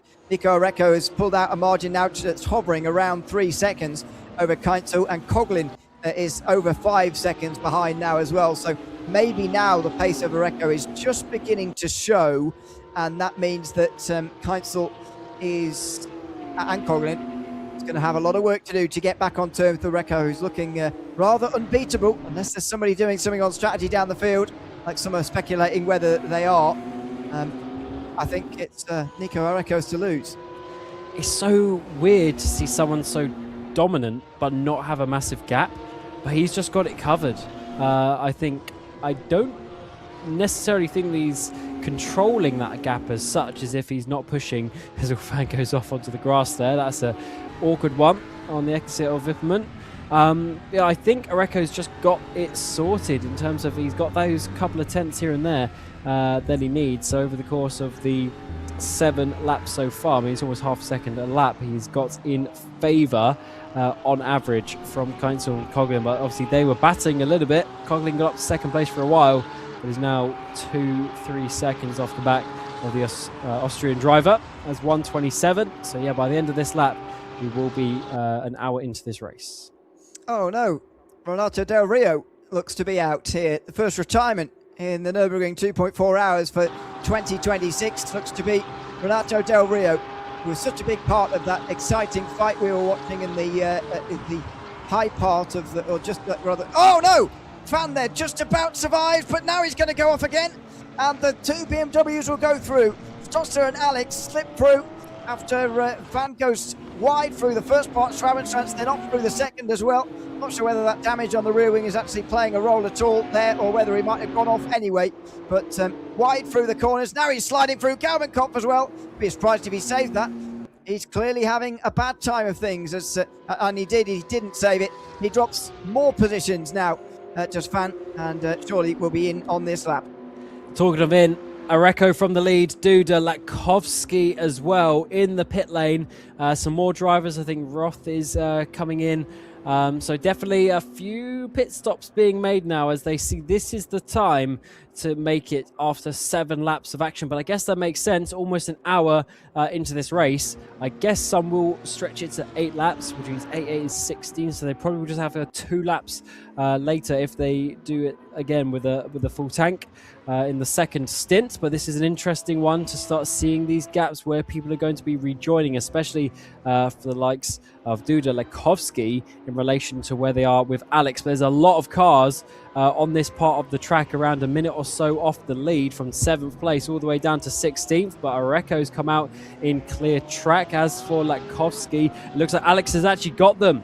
So Alex has got Latkovsky and Duda, so he must have taken less fuel, which makes sense if he's doing these shorter stints. Wow, I thought he was surely going to be behind them because of all the time lost through that lap. But yeah, it must be a pit stop difference then, because otherwise he'd have no chance of being out in front of those guys. We're just about to hit 1 hour complete, by the way, so no surprise that some of them can go on to an 8th lap here. But you need to go on to a 9th if you want to make this a one-stop race. Here comes Dunder down the inside of Ribin Alex, looking to strike straight away, as Ribin Alex was, of course, on Stosser earlier when he was stuck in behind people. Cody Nikola Latkovsky also pulling alongside Alex here, and the BMW can't quite do it. And many were speculating whether Latkovsky was going to do a fancy one-stop strategy, but he's already been in now. Sadly, it is just not to be, it looks like, this year for Latkovsky, who doesn't quite have the speed, which is not something you say every year. Yeah, it's certainly an interesting one. They're being held up here in terms of their battling out on the track, but it's not really going to change much in terms of their position because the 3 Porsches are way up the road as it stands. Duda defending in towards the chicane. Alex almost pushing him, giving him a little tap as we get to the end of the GP loop. Latkovsky's there, and look at the big dive from Alex. He's thinking about it, and especially if he is on that different strategy, he wants to be getting ahead of these drivers, and it makes sense why he was being so aggressive in the opening part of this lap. But looking at it in terms of the pistols, by the way, Coughlin has gone behind these drivers. He's down in 13th place. So he's had some issues. He's now quite a way behind Areco, and he's effectively going to be in about 5th position. Well, he's 9 seconds behind Areco. That would have seen him still ahead of these guys before, wouldn't it? I don't know. There's some working out to do here, but meantime, there's some fighting to do on the racetrack. Latkovsky down the inside of Alex, and he's through. Stosser's the oddball in this because he hasn't stopped yet, and he's in the middle of it all. So Coughlin will probably be trying to get his way past him very shortly. If they come over the top of the hill at Flugplatz, it all follow the leader over across the top of the hill. Here comes Alex on the way in the slipstream from Cody Nikola Latkovsky here. He's going to look left and right. Oh, and he smashes the curb on the left-hand side. He goes up on 2 wheels for a moment there, but it surely ruins his momentum as Coughlin gets through on Stosser in the background. The other BMW is going to be staying exactly where he is, or is he, in the way towards Arenberg? Latkovsky makes sure of it into the braking zone. That was could have been a huge moment for Ribin Alex, who is not having the best 10 minutes. He's certainly not, but this is a tough one for Coughlin. I was just trying to do some maths. I guess maybe unless he's taken a full tank of fuel to do another full hour racing, whereas others are now trying to do 2 slightly shorter stints, so 1 full stint and then 2 shorter ones, because of course you could do 7 and 7 and then 4, but you could do 7, 6 and 5 or something like that, or maybe just put the 4 laps in the middle, so that could adjust the fuel numbers. And it looks like Coughlin maybe has taken that full tank of fuel. Maybe a little issue coming into pit lane, lose another second here and there, and before you know it, when you have such a tight battle, he's now lost effectively 3 track positions, and that has really changed his race, because if he was another couple of seconds faster and ahead of the Audi of Dunder, his race would look very different. Yeah, I mean, there's, because of the sort of, the options that you described there, so many different things that can happen. It's very hard for us to really work out who's got what fuel on board, and as soon as we get into the window of that final hour, pretty much every lap we're going to see someone in of the top contenders, and that's going to be a fascinating thing to watch unfold all the way right up until the final minutes, when people are making that final splash for those who taking their very short stint right at the very end. But over an hour long stint for these guys out front, and at least 6 of them are doing that, the top 6 in this race, but some of them are also dotted down the field at the moment. I mean, Norms is, for example, just behind Areco. We see Stosser in this group as well, so they're doing something a little bit different, but they're already behind some of the top contenders. Kaitso, I think, is the most interesting of those who's still out there at the moment, because he was one of those top 3 in his 3-horse race we've been talking about, really, for the overall win. And he's still going. Hour and 3 minutes, and surely he'll be in at the end of lap number 8. But interesting that he has been able to go this far. As we come in towards the left-hander now, here comes Coughlin again. He's got to be efficient in making these moves, but the Slipstream up ahead is going to make that difficult. Here comes Latkowski on Dunder, round the outside through this small bend in the road to the right, and now he gets to the inside in time for the Muckcover. Side-to-side contact. Dunder's going to, it's just about survive. 3 wide as coming through in the BMW. Ribbon Alex wants to get through, but Ferdinand Coughlin's in there as well, so tucked back into line before the Porsche can really get involved. 4 different manufacturers all on top of each other through the Muckcover, and somehow surviving out the other side. How have we got all these cars on the track? Latkowski wasn't able to take the speed he would have wanted on that inside line, but potentially a tiny bit cautious actually, because he probably could have made that work on another day, but Dunder holds on, and that was just a very awkward situation for Alex and Coughlin, because they were probably expecting Latkowski to get through and therefore that space open up, but because he didn't, it was a blockade there on the X of the Muckcover, and now it is a 4-car battle, and even Stosser on the back, 5 cars it is going to be, working their way through the S's all the way back towards the end of this lap, and I don't think we're going to be in this same order by the time we get towards Tiergarten. Well, you'd expect not, but they are still remarkably from when they went into the Muckcover to on the way out, which is pretty unusual. The madness that we just saw there through the fast left-hander, astonishing stuff between these 5. Stosser watching on a different strategy from behind, as well as these front 4 who are effectively at the moment fighting for a podium, unless Grotter or someone else out of those front guys takes a very short stop and leaps over all of these guys. This is the fight for 3rd in this race as they come down the hill and over the jump at Flanskarten. Imagine Dunder's going to be a sitting duck, but where did the others all go here? We haven't seen a 5-driver group like this since lap 1. It's weird how sometimes the pit stops just spread everything out, then you get a couple of seconds between each car, and sometimes it bunches everyone up and they will end up at the same part of the track. Keinzel still leads, but he's yet to pit with a few cars behind him, all the way down to Areco in 7th place, who's miles ahead of this battle. He's got 13 seconds to Dunder as it stands. Norms in the middle also hasn't stopped yet. But that is, pretty much the win sorted for Areco, especially after Coughlin. Well, I don't know if he messed up something, but the way the strategy's worked is now he's behind this battle. Let's see the Slipstream this time. Huge defensive move to the right-hand side. Look at the weaving there from Latkowski, and the following from Ribbon Alex is almost as if he's got a magnet attached to the back of that Mercedes. Here he comes here. Dunder's weaving around quite extensively here, which might draw some complaints from those behind. Coughlin's got the best speed of surely all 4 of them. Does he force it 3 wide though? He's going to find it difficult. Ribbon Alex pushing Latkowski again. So here comes Coughlin now. Does he try to do something? He's going to go to the left-hand side. He's just about going to get up on the curb, and Dunder drops to the very back of this group.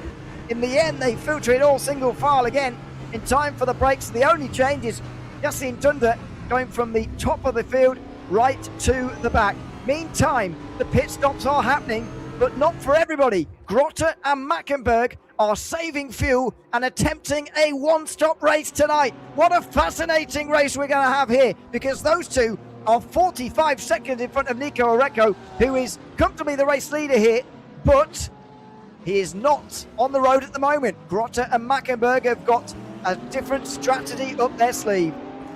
And Keinzel is behind the battle as well. So it looks like the early stopper is definitely the way to go, although Alex has now got caught up in this battle, and Coughlin has been able to get himself through, so that's good. He's gone back to front of this battle. Dunder, they've all swapped around basically, so Dunder is now at the back.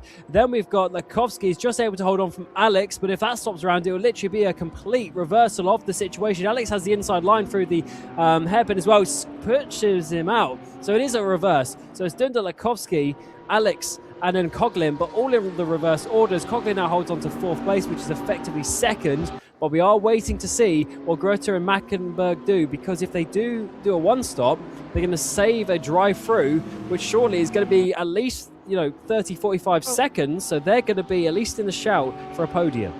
Well, exactly. They've all effectively, if we look at this scenario here, everybody's got one stop left. Now, Grotte and Mackenberg's stop is going to be the longest of everybody's, yes, but they've also got a very large advantage. Oreco is 45 seconds off the lead of Grotte at the moment. So this is a fascinating scenario in this race at the moment, and we just do not know who is going to go on and win at this moment. It's a fascinating scenario. I said it earlier, I did not think anybody would be able to save enough to manage this, but at the moment, two drivers are attempting it and so far succeeding. And by the way, Grotte seems to be doing it much more successfully than Marvin Mackenberg, which you can't say very often. Yeah, that is weird. Well, Mackenberg was very far down in terms of the qualifying positions in comparison. He did struggle in that first part of the race, but I guess this is why, because he was saving that fuel, and I love that someone's tried it. It is interesting for the likes of Keinzel, who's going 8 laps rather than 9, because all you need to do, in theory, is save 1 lap extra fuel, then you save a pit stop. But so it almost makes going longer a little bit insufficient, but we'll have to find out what the maths is when we get to the second pit stop. Keinzel, though, is on the back of these guys and trying to find his way through. He's currently in 8th position in that Grello Porsche, working their way up to Schrading Cross. Up the inside of Lakovsky goes Dunder. A bit of side-to-side contact. Lakovsky will still have the inside line, though, and should be able to just squeeze him out on the exit, but Dunder's not giving up on this one just yet. Yeah, Lakovsky couldn't quite squeeze him out the way he wanted to there. He's still got to give the room slightly, but actually Keinzel's following him rather than going in behind Dunder here and hoping the Audi can get through. Keinzel wants this position. Oh, and he just about gets clear. Only just, but he does get ahead of Dunder, who unfortunately in the last few moments has lost a load of places after making them up early on. Back to 8th, exactly where he qualified. The only one to be exactly where he qualified at this stage in the day.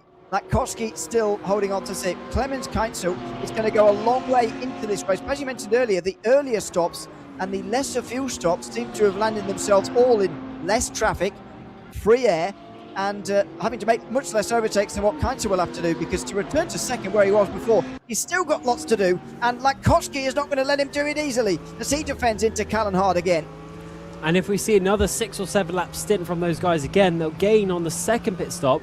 Of course, when the other guys finally make their stop, they're going to have shorter stops for only 2 or 3 laps. But I think they're then not going to make up the time that you would gain from having clear air and the track position like Oreco. Fair enough, he had the lead anyway, but he's now in clear air and he's going to have the most efficient way. Coughlin's already pulled away from these guys, so he's definitely the fastest. So Keinzel really needs to try and find his way through very quickly. Otherwise, that sort of battle, which is effective for the podium, is going to be a little bit more difficult. But again, we don't know what the top driver's doing. It has got up to 50 seconds. I know the timing does jump up and down a little bit over the course of the lap, so you have to sort of really look at the end of the lap. But either way, it's still decent pace from Grötter out front. Oh! Alex. Is that Ribbon Alex? Oh, no, just as he takes one step forward, another 2 steps back. And Ribbon Alex goes back behind Latkovski and Keitzel and back to 7th place again. And if he has damage, then Dunder will be able to take advantage on that as well. Here comes Clement Keitzel round the outside through Kesselsen, and he's on the grass. It gives him the outside at the mud curve, and surely he's going to struggle here. He's trying to get him nose alongside and force Latkovski to give him some room, but he won't have to in the end. And Keitzel stuck behind again. He'll be very pleased that that free position has been given over to him by Ribbon Alex, but nevertheless, he won't want to be stuck behind Latkovski for any longer. He really will not. And this is a move, strong move to the outside. That's going to open up the door to Alexi on the inside, but not enough to swap the places as we come up towards the carousel. Keitzel certainly the faster driver out of these guys, but needs to find a clean and good way to make his way past and hopefully not get involved in any sort of incidents. As I say, Coughlin is gone. He's 6 seconds up the road now. Coughlin was behind these guys, remember, but not this time around. Unfortunately, unfortunately for these guys, he's absolutely gone up the road. So that shows you how much time you lose battling around here. And Keitel's going to have to do that one more time to get to the front of this field. The problem is he's probably going to have to wait to the Döttinger Höhe. Alex is going to be involved in the double bump draft. And it's not really going to be till the GP loop or maybe even the start of the next Nordschleife where he's able to get in that clear air. Astonishing the gap that Coughlin's managed to get, by the way. He only got past these guys a few minutes ago. Look at the gap he's got now. 7 seconds over Nikola Latkovski, Cody Nikola Latkovski, who's holding up Kleinzel, and Ribbon Alex here as well. So before the stops, Areco was leading, obviously, but by much less of a gap. Coughlin was there as well, and Keitzel was in a top 3 who were a long way ahead of the rest. Then there was the group with the likes of Cody Nikola Latkovski and Ribbon Alex and Yasin Dunder as well, all involved. But those guys in the second group have had much shorter pit stop. I'm presuming that Coughlin and Keitzel especially have had much longer ones, although to a degree Nico Areco seems to have had a slightly longer stop than that second group as well. And it all means that this group has been created where, first of all, Coughlin and now Keitzel are having to get through on this group as quickly as they possibly can. And I think for Keitzel, mercifully, he might be about to finish off doing that. But it's been a painful and time-costly thing to do here. It really has, and I wonder what we're going to see after we make the next round of pit stops. That is going to be the interesting one, because some drivers who pit early, they're going to technically stop early, get their track position again, while those going long will have a much shorter pit stop, and it all depends if a couple of seconds here, a couple of seconds there adds up in your favour or not. But then that also depends on the track position. All these battles are effectively slowing the race down and then moving, you know, where you're going to come out in the traffic. So very interesting one as it stands. Keitzel easily there through Latkovski, but Latkovski is going to come back, and you very well may be right that the Mercedes has a very good top speed here. We're getting a double slipstream from the BMW. Alex in behind, who's going to push the Porsche there of Keitzel. He wants to get through Latkovski and slow him down, but unfortunately that wasn't enough for Alex to get through as well. So in the end, the Porsche of Keitzel gets through. That's effectively for third position as it stands, as we're seeing Grötter and Mackenberg finally come down pit road. Yep, so 9 laps to go. The final pit stop window is open already with 1 hour and 9 minutes to go. Grötter is second in this race. How is that even possible? That is astonishing. 8 seconds behind Nico Areco. I mean, first of all, it was a long way in front of Marvin Mackenberg in the first place, which had a few eyebrows raised because they were on the same strategy, but Grötter about 15 seconds in front of Mackenberg, who we know to be very good at this. But look at this. Christian Grötter has jumped Coughlin just about, and Keitzel comfortably because of these pit stops. I mean, it must be down to the traffic, but Christian Grötter is, if this is a one-stop strategy, and if this does pan out, he is going to win this race by a mile as it stands. So I'm just trying to do the work out in my head. So how he's got ahead of Coughlin and Keitzel must be the fact that they both got stuck in that traffic for a while, because he would have been so much slower, you would have thought, having to save that much fuel. But he's able to effectively jump them. That doesn't really make sense, but it must just be because Coughlin and Keinzel got caught up in the traffic. Here we see, though, Coughlin go past Grote, and to be honest, he won't be worrying too much because Coughlin does need to make that pit stop. But you're right, if he can keep some normal pace, of course, 1 stop versus 2 is going to be quicker to the end because you just don't go down pit road another time. So we'll have to see if he's able to a 9-lap stint again because Mackenberg, I mean, he's way off. I mean, he's lost a lot of time in comparison. He's now 50 seconds off the lead, so he's lost, and I mean, if that's right, he's lost an extra 20-odd seconds somehow. Yeah, it's making me a bit sort of puzzled as to whether Grote is actually doing this. Yeah, that's what I was thinking.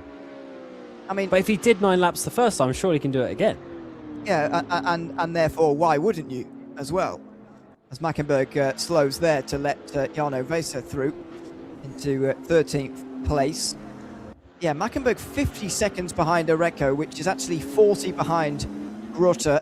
As they were stopping there, it was only 20. So as you say, 20 seconds been lost somewhere. I'm trying to work out how much time this stop has cost Grote to actually figure out whether this is normal or not. He was 50 seconds in front of Oreco before, and now he's 10 or 11 behind, which means it's sort of lost just over a minute in the box. I'd say that's pretty normal.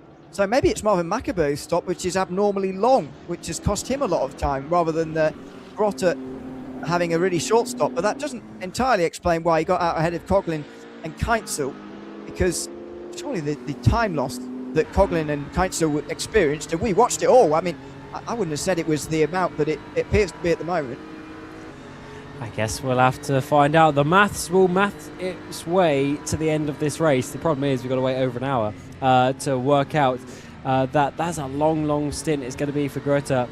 And I guess the fact is, he just needs to go as quick as he can while saving the fuel, but he might as well try it, because even if he has to make a second pit stop, it's still going to be so much shorter than everyone else, and he's already in a good position. I mean, he's already over 10 seconds out of Dunder in 7th place, so he's still going to get a decent finish and be roughly where he was before he committed to this strategy. So you might as well try it, and can't wait to see what basically that is going to do a little bit later on in the race. So Oreco leads, and if it's a 2-stop race, he's calm. If it's a 1-stop race, we have to find out. Panic if it's a 1-stop. Yeah, I'd look back on the last lap before most people stopped in that first run. Oreco and Keinzel and Coughlin were close, as we know. Cody Nikolakowski was about 16 seconds behind the lead of Oreco, so they, as Jack McGarry unfortunately becomes the second driver to retire from this race. So those two are roughly even, as are the likes of Alex and Dunder as well, and that's where Grote was as well. Another person who's dropped a little bit further back than before, it's Eisberger, by the way, who's all the way 42 seconds behind, whereas he was absolutely with these guys in this group we're watching at the moment as well. So Grote somehow, after being behind all of those guys and 19 odd seconds behind Nico Oreco before the Dane stopped, he's now twice as close, although he is losing time on this outlap. When he came out of the pit lane, he was less than 10 seconds behind, and that doesn't really make very much sense. But again, we're just going to have to work it out over the next 64 minutes. There are 8 laps to go when we cross the line this next time by, and we'll just have to see what happens. I guess there's so many different scenarios here that Grote could be in for, but I'm struggling to see the one in which he does make it to the end on a 1-stop strategy at the moment. I'm out of ideas as to how that's worked, because he's gone longer. He would have therefore had a longer pit stop as well, because he would have had to absolutely brim the tank, whereas the others maybe could have not done that.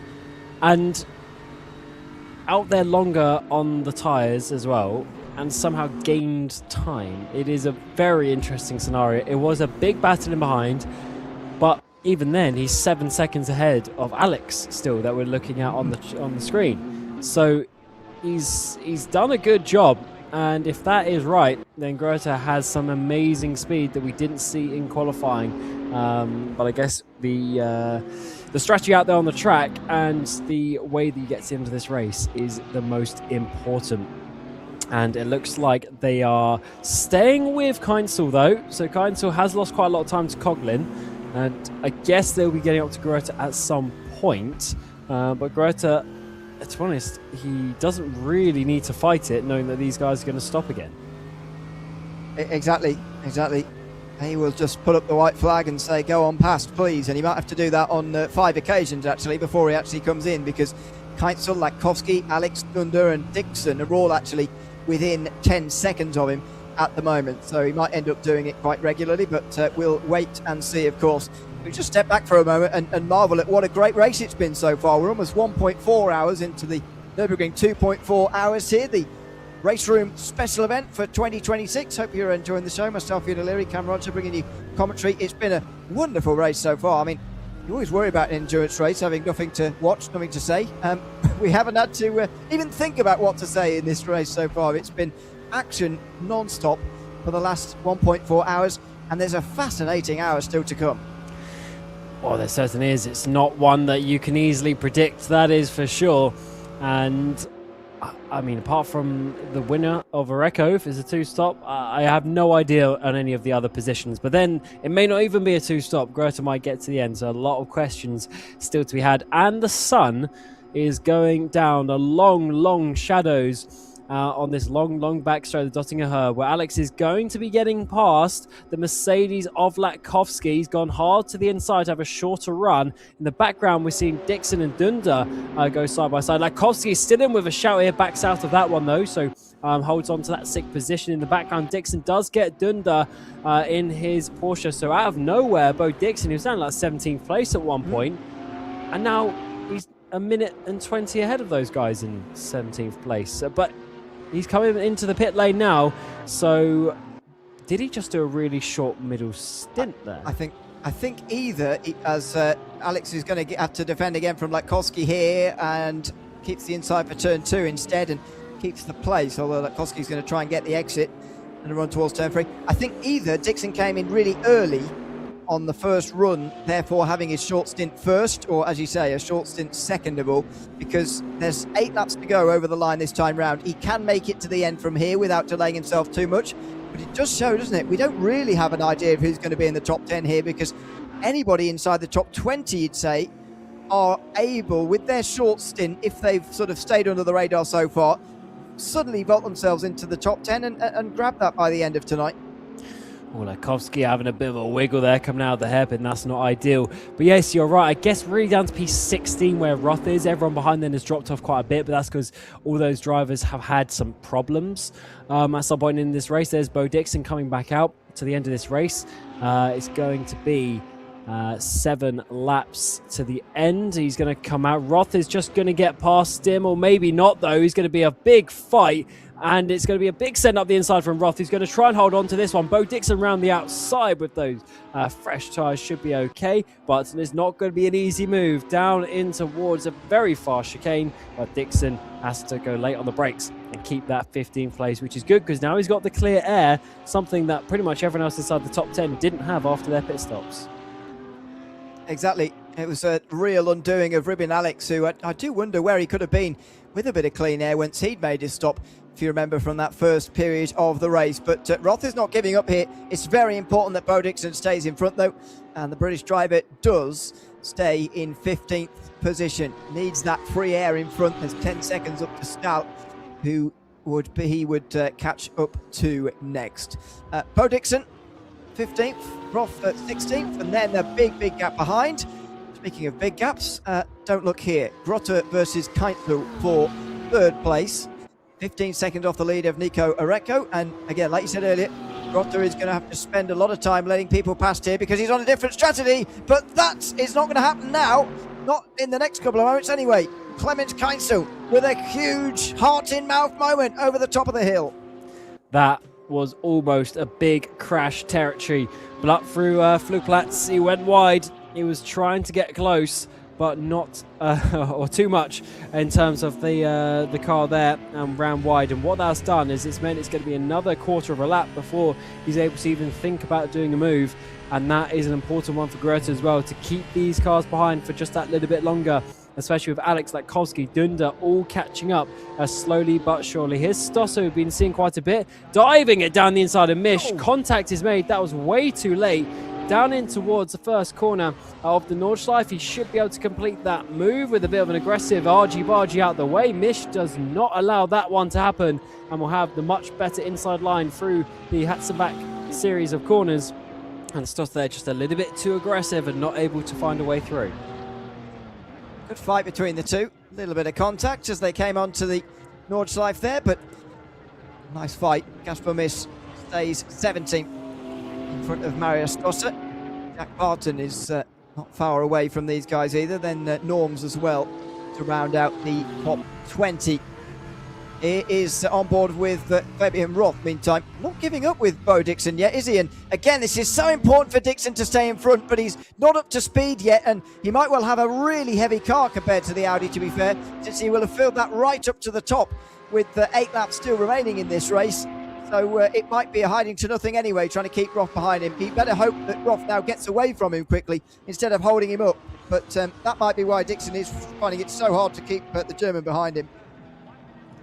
Well, absolutely, and that is actually a good point on maybe why Greta was able to gain time, because the overcut in this style of racing is actually quite good, because you're out there on qualifying fuel when everyone else comes in and will be a few seconds lap slower with a full tank of fuel. So that is a potential reason, but he would have been saving so much fuel as well. He would have been negating that difference. But either way, that will come to fruition. But either way, Bo Dixon not able to hold on to that one for now. Here's Keinzel, who's caught back up. Can he find his way through round the outside of the muck curve? It's going to be in a few seconds' time. That is not where Greta would want to be, so he backs out of that one and just saves the fuel. So that is up into 3rd place for Keinzel and 4th place for Greta. They still have a 4-second gap in behind to Alex. But I think Greta's playing this pretty well, considering the whole situation. I think he's putting himself in a very good position. Yeah, he is.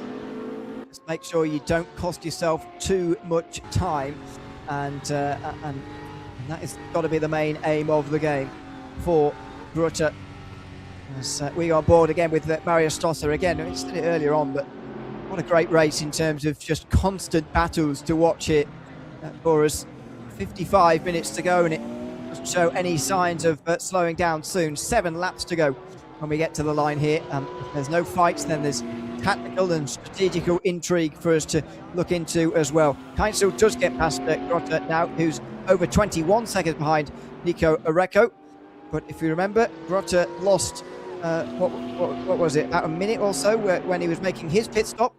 So Areco's stop might not be that long, but at 20 seconds, he'll be fine to come out in the race lead, I'm sure. It's just about what kind of gap he's going to have and what kind of defending he might have to do a little bit later on. But yeah, change for 3rd place. There'll be many more to come for the Norwegian in the next few laps. Yeah, so when they come out, he technically will probably have less fuel, but he'll be saving.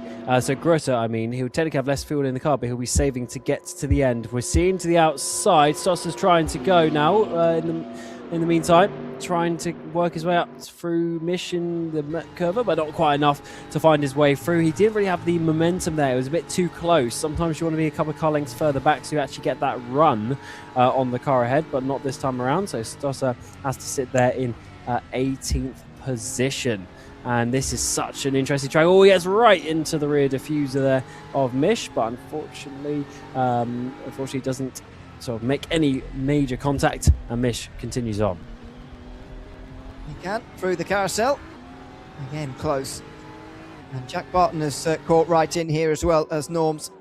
There's Colin Blankenberg, meantime, side by side as well, about towards the end of this long, twisty section towards the end of the lap. This still 11th. Really a fight for the top 10 back there. Those all-in strategies working themselves out. See who will finish in the lower spots of the top 10 back there. In the background of that shot, just sliding a little bit and costing himself a little bit of time. He'll have to regain again to Misch and Stosser here in 17th and 18th position in this race. So far only 2 retirements. McGarry and Del Rio still the only ones to retire from this race. Unfortunately, Sven Mackenberg, though he has made his final pit stop, is a very long way down, but it's still going. It's been a pretty well attended year here in the RaceRoom special event at the Nürburgring 2.4 hours. We're told, by the way, at the beginning of tonight about how many people had signed up overall.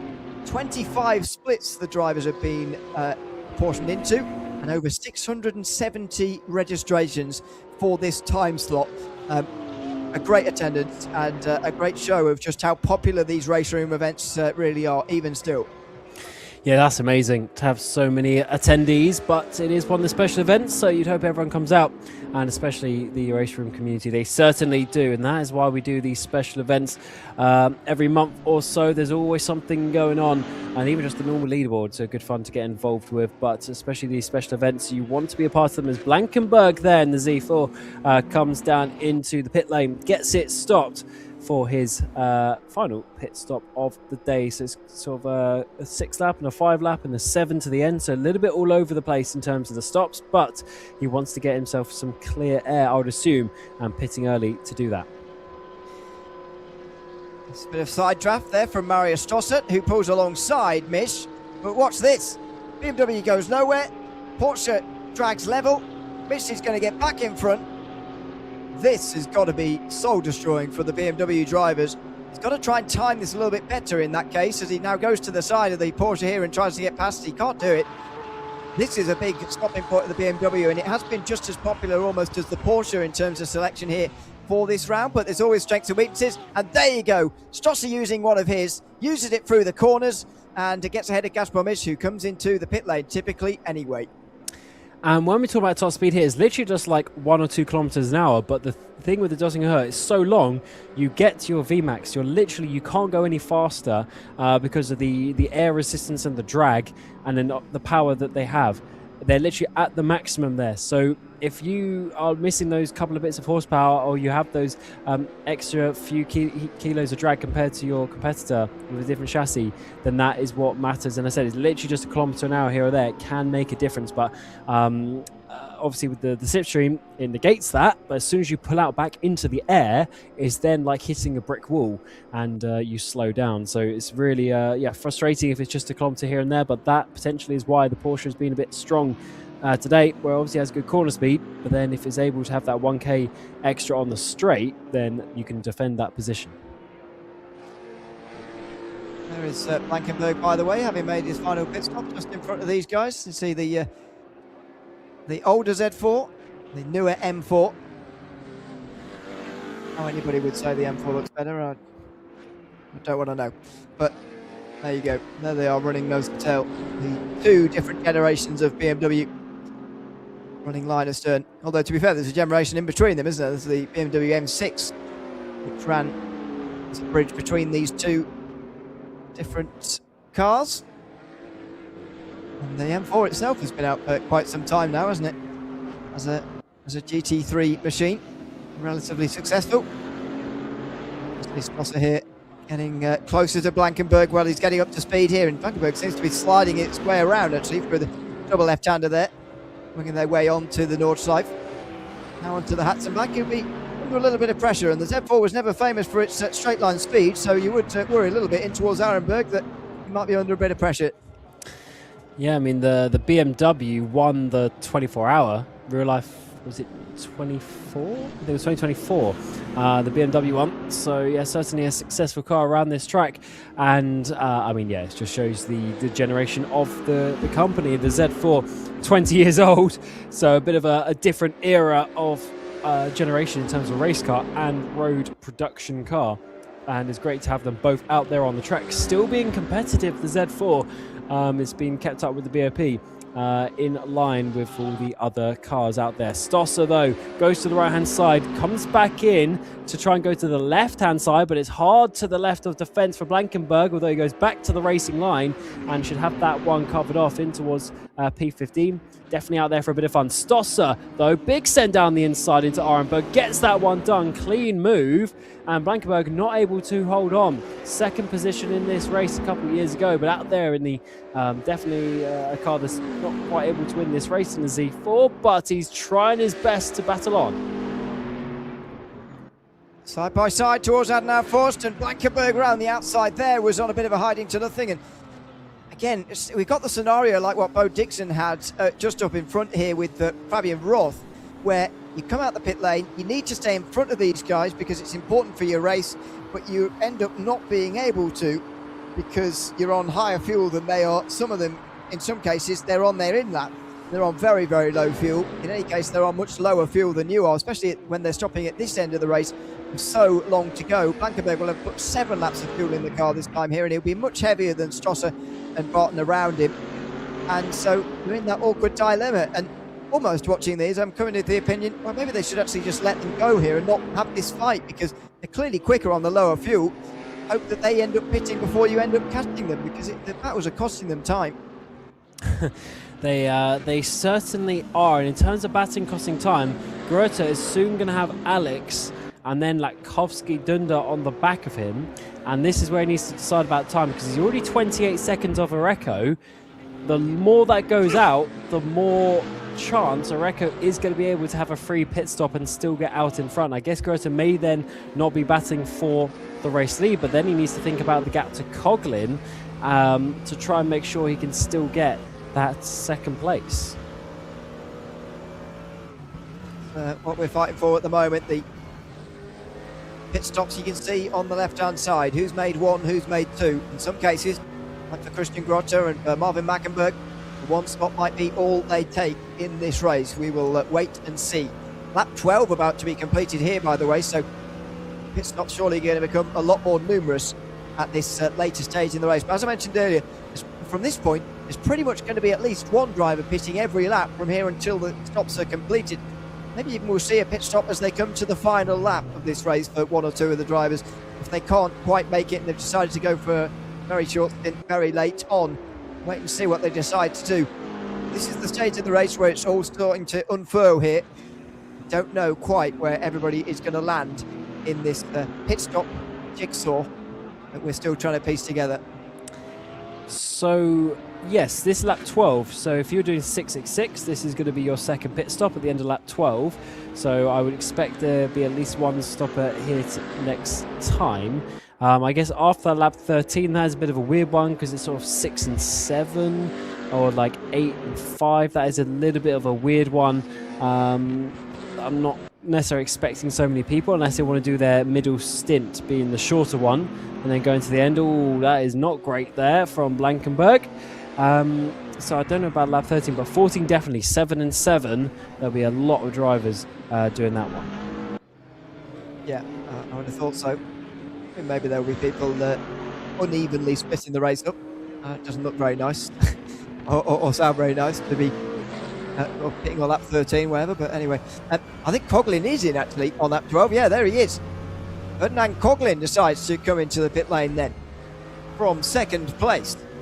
So he'll probably be he'll definitely be the first of those who've made 2 pit stops here. When he comes out, he'll be the leader of the 2 stoppers so far. But watch how far Christian Grosser is going to get ahead of him here. And this could give us a clue as to where Nico Areco is going to end up here. We'll just keep an eye on where Coughlin comes out. Ribin Alex also in. He came in very early first time round, so unsurprising that he is in already. Yes. Definitely a little bit more obvious there for these drivers, but they're going to have 6 to the end. So yeah, fairly standard. Nothing too crazy out there.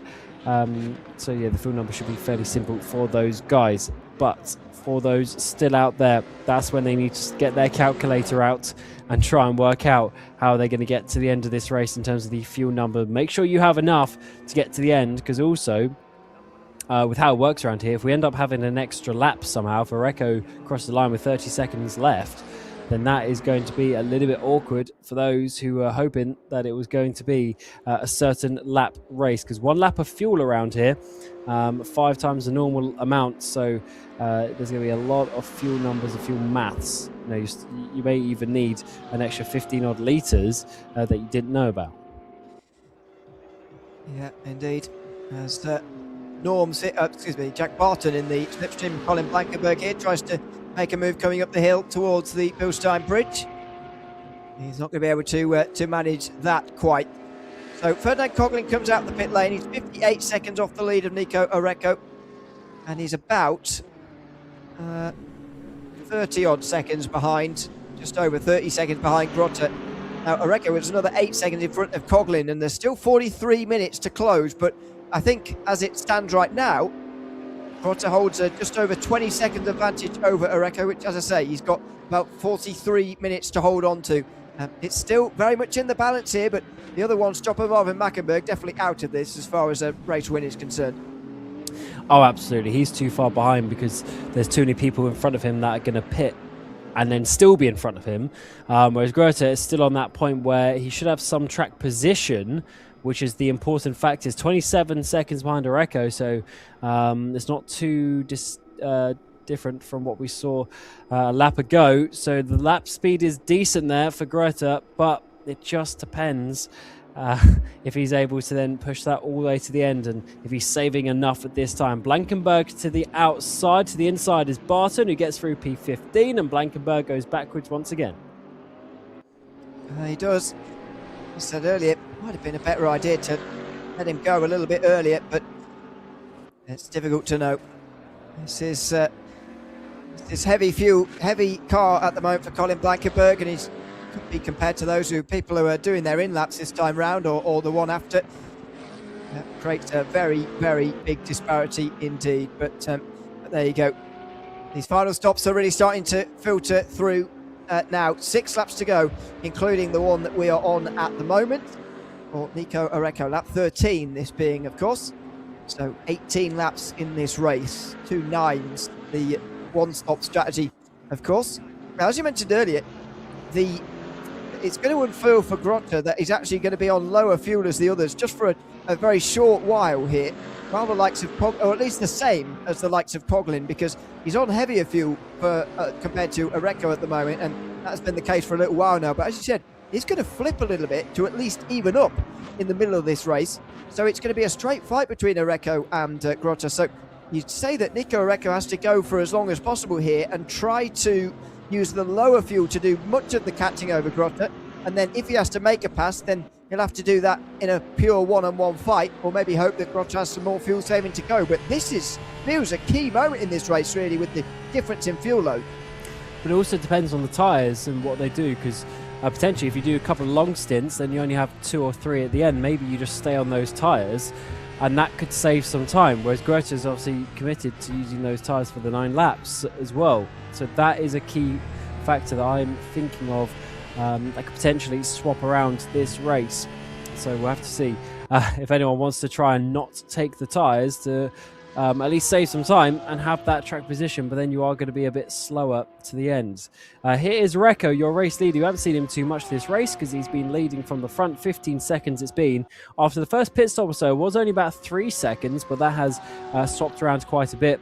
Coughlin is way off the lead as well now after his strategy shenanigans, but Keinzel 16 seconds has been there from the start, but is now a big lead. So 30 seconds to Grotte, 36 to Latkovsky, who's on the same strategy, and Oreco, after on the podium both in qualifying and the race last time, is now coming for this race win. Absolutely is. He's got a long way to go to go and find it yet. 5 laps still at the end of this one as we ride aboard with Ferdinand Coughlin here and Stefan Tarrant in 6th position. He's still to stop, of course. That is everybody in front of Coughlin, apart from Grotte, we would expect. Going up towards the muck curve now. Just a quiet moment in this race before we get into these final pit stops and the final run to the finish. Very important stops indeed coming up next time around. Oreco, as mentioned earlier on, trying to go too better than what he managed last year in the 2025 edition of the RaceRoom Nürburgring 2.4H. Nikola Latkovsky was the winner on that occasion. And everybody made 2 pit stops, by the way. Nobody did the 1 stop successfully. I don't know if they tried to, but nobody successfully in last year's race. So, an interesting point of difference to this year's, where we do have that interest, and we still don't know quite how it's going to pan out. Haven't seen too much of Stefan Tarrant throughout this race so far, but like a solid top 10 on its way for the German. Although he will not feel great about the fact he's about a pit stop behind somebody coming up behind him right now. Yes, that is... Yeah, that's always when it gets tricky, when the 2 strategies overlap on the track, and then the drivers need to be careful in terms of not intervening too much of each other, because in some ways not actually battling. Here's Shoglaki, who we've seen a few times this race, of course a lot lower down after some contacts and spin a bit earlier, but Stahl, another driver, struggled a bit this race. Have Norms 10 seconds up the road, so it's quite a way. This is their battle that they're focusing on, P18 in towards the Met Curva, but not enough for Shoglaki to get that move done, and down in towards this next big braking zone. He's thinking about it to the inside, but no mistake from the Mercedes up ahead, so he's going to have to sit in behind there. Currently 2.5 minutes off. No one is going to be close to getting lapped, even the drivers having some issues like Grunden and Mackenberg. Not quite enough. It's just over 8 minutes a lap around here, and I doubt we're going to see that if we just go normally to the end. Somebody corrected me, by the way, that the Mackenbergs did indeed do a 1 stop last year, as if I needed a reminder about how bad my eyesight is. I literally was looking at the thing that told me that, and I still got it wrong, so there you go. But yes, only Marvin Mackenberg doing it this year, with Sven Mackenberg. Maybe he was planning to, but having issues early in the day, dropping all the way to 24th as things stand, behind Andrea Grund, who is only just in front. He made a pit stop after just a Grand Prix lap earlier on in this race, which was highly unusual, it's fair to say. On board, though, is Sven Schnockelacker, and just in behind Stahl here for 18th position. These guys over 2 minutes off of the race win at the moment, which again would be a lap at a normal racetrack, but it's not normal round here. Here comes Ferdinand Coughlin up towards the Bilstein Bridge, and as they go over the other side of the hill, Stefan Tarrant is down another place. That's the kind of efficient overtake that Ferdinand Coughlin really needed in this fight, since he's already made his last pit stop and he's on his run to the end. He is now 9 seconds behind Eichberger, as we see straight into the pit lane for Tarrant. Definitely an interesting battle there. But now we go back to the battle for Shoglaki, who's still close to Stahl. Can't quite make the move though. Porsche versus Mercedes as it stands, but this is a difficult part of the track to try and find your way through up towards the climb of the carousel. But then of course the Döttinger Höhe is the one where you want to be able to be getting that slipstream, and the Porsche has been looking pretty decent today.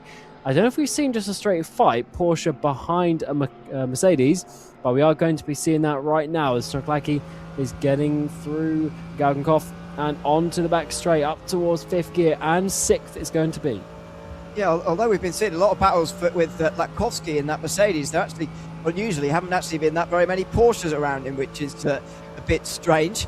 Here comes Matthias Stahl, Schnockelacker on Matthias Stahl though, and the Porsche surely is going to get through. Obviously has the massive help of the slipstream. We know the Porsche does have the edge over the BMW, but it seems that all of the other manufacturers in this race do. Mercedes holding up well though, keeping it close and actually coming back again in a straight fight here. So maybe it does have the edge over the Porsche, and maybe therefore over every manufacturer, but it doesn't matter in this particular battle, as Matthias Stahl is put in behind his compatriot there in the Porsche this time around. Stefan Tarrant came into pit lane that time, by the way. He drops to 15th position as he gets his way out. So just the one more stop on lap 13.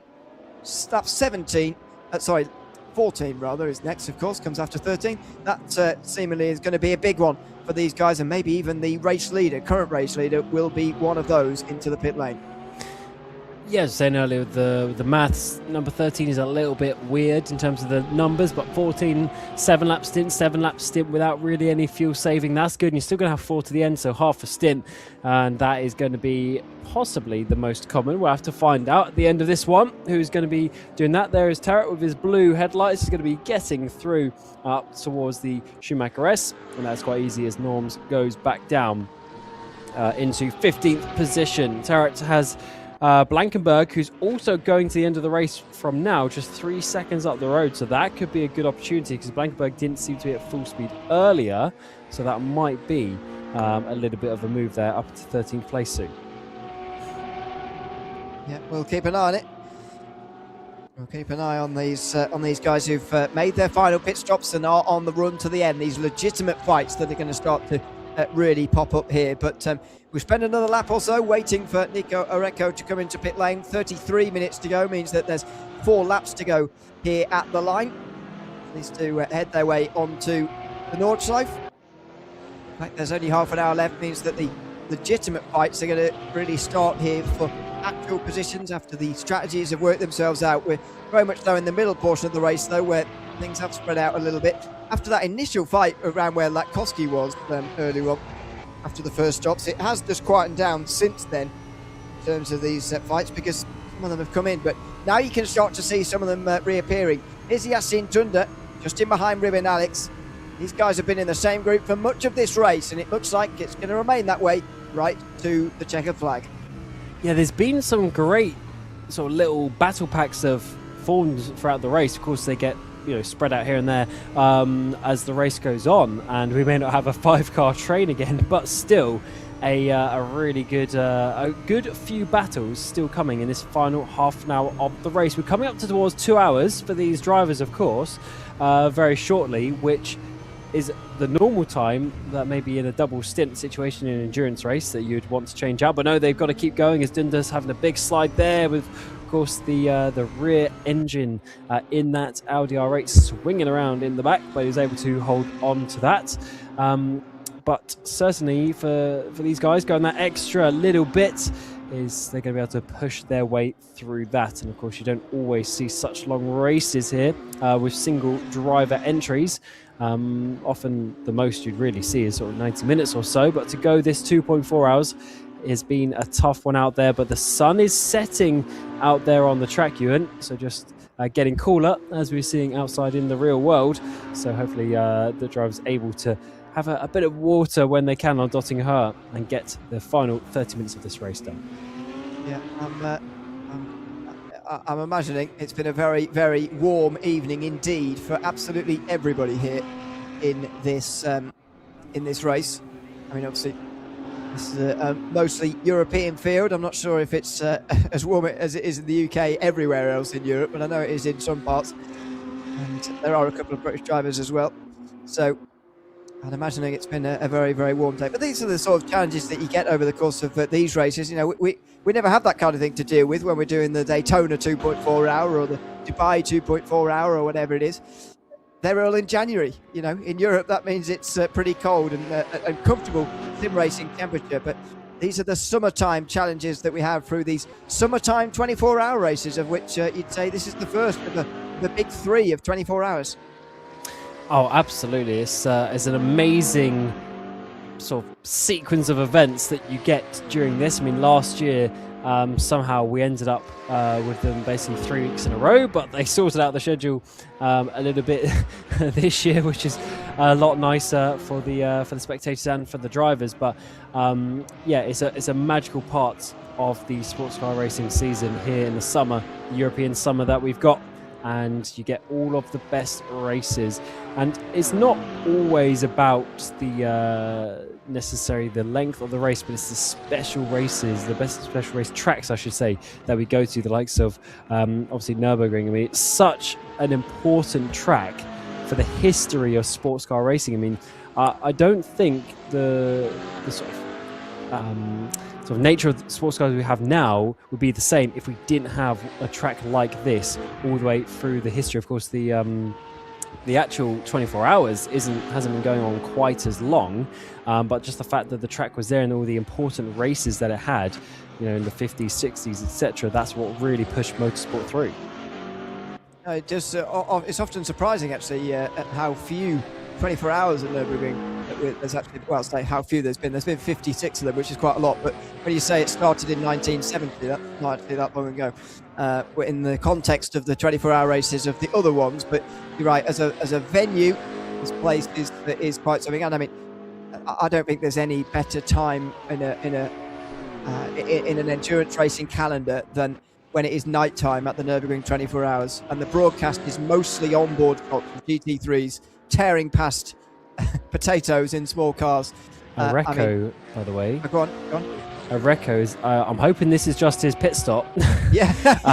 Okay, good. So I saw him dropping down there, and I was hoping he didn't make a mistake. It is just his pit stop with 28 minutes to go. He is one of the earlier ones, so that's 7 and 7. So it'll be 4 laps of fuel. Maybe we'll take a fifth to be safe. But I think it should be 4 laps of fuel to get to the end of this race. This is the important moment of the race for Areco. He is behind Grotter, but by how much?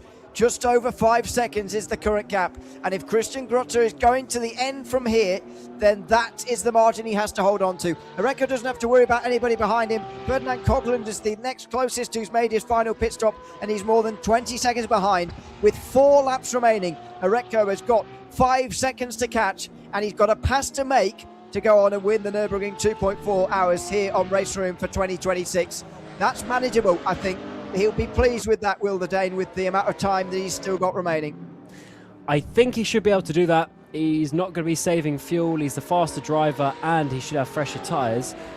I'm worried about the other drivers, though.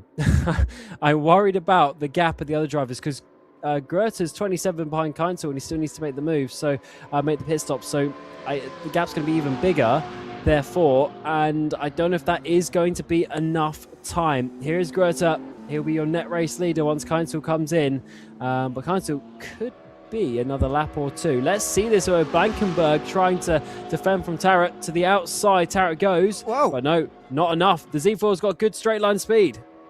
Absolutely fantastic straight line speed from Colin Blankenberg, and Stefan Tarrant can't get himself past into 13th position. Norms is next in line, and will it happen in towards turn 1 instead then, I wonder? But Portugal should have the exit out of here.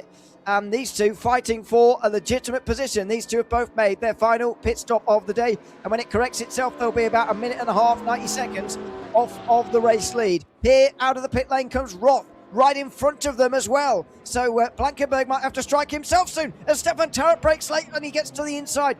The battles are reappearing. They're coming back. And with 4 laps to go, these are fights for legitimate positions between now and the finish. And that was a great battle there. Flashing of the headlights. I think that's just more trying to put off Blankenberg. Blankenberg's done nothing wrong so far in this fight, and he's trying his best. And it's amazing to see him push this car to its limit and hold it inside the top 15. The problem is he's got Norms not too far behind, and he doesn't want to open the floodgates. He's doing a great job. Tarrant's very, very confident on the brakes in turn 1. Down here at the hairpin as well, but not enough to slide his way through. Having a little bit of a wiggle there. He's getting frustrated, but don't turn that into an accident. Well, indeed. Make sure you keep things clean here in the late stages of this race. We're about 2 hours in. That was close. Tarrant late on the brakes there, in towards the left-hander.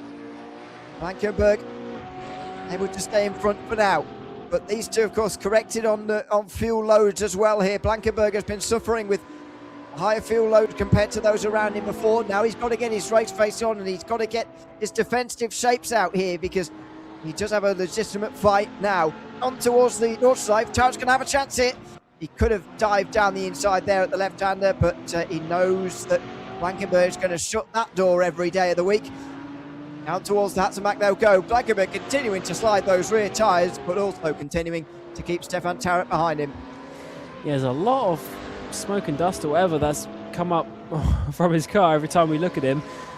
So whether that's tyre locks or power slides, not so sure, but maybe just over pushing that car, because we've been seeing that he hasn't acquired the pace that he would have wanted, and he's been putting his car in some amazing positions to try and hold on to this. But 13th place seems like maybe the best that he can do today. Roth is not so far ahead, but then it's another 30 seconds to Dünder. So really, this is it, and Blankenberg knows that, and that is why he's defending even up towards Flugplatz, hard to the right, back to the left of the racing line, but Tarrant is going to have the run as we go on board with Dünder getting up behind Alex. This battle has been raging on for a good hour now, and it's still not settled. And so Bo Dixon's legitimately in front of them, is he not, with his earlier stop? Oh goodness, we're going to have to try and keep our eyes on all sorts of things here. Blankenberg again defending from Tarrant here. Oh, and he goes wide this time. He gives the opportunity through Arenberg there to Stefan Tarrant, who ends to the inside, but he's not going to get the exit here. And we know that Z4 is very fast in a straight line. Flatter the likes of Tarrant, he's going to have to force a bigger mistake than that. He certainly will, but he's pushing and he's trying. And if there's one thing about this circuit, it bites when you make a mistake. So Blankenberg needs to keep it on the track if he wants to be holding on to this position. One little chunk of the curb, and that is going to be 2 positions lost at least. The Porsche's pushing him down the straight here up towards Metzgersfeld, and it's so important for Blankenberg that he holds on to this, because I don't think he's going to be able to regain these positions. A with the car, and B with the aggressive nature out of nowhere up the inside Tarrant. I don't think anyone saw that coming, especially not Blankenberg. Door was open, Tarrant found his way through. He's been strong on the brakes for the last couple of laps, and he finds his way through. That was an excellent dive down the inside. There was barely the car width for him to go down there, but he manages it, and he gets himself through on Colin Blankenberg into 13th position. For now, it will be more advanced position a little bit later on, but he's clearly quicker than the Z4. He just needs his opportunity to get through, and sometimes you've got to make your own chances, because that isn't a conventional overtaking place at Metzgersfeld there. It wasn't a conventional move there at all, but it was a big dive down the inside, an important dive, a clean one most importantly as well. And he moves his way up to 13th place. That was quite something. I don't think I've ever seen a clean overtake into Metzgersfeld, to be honest.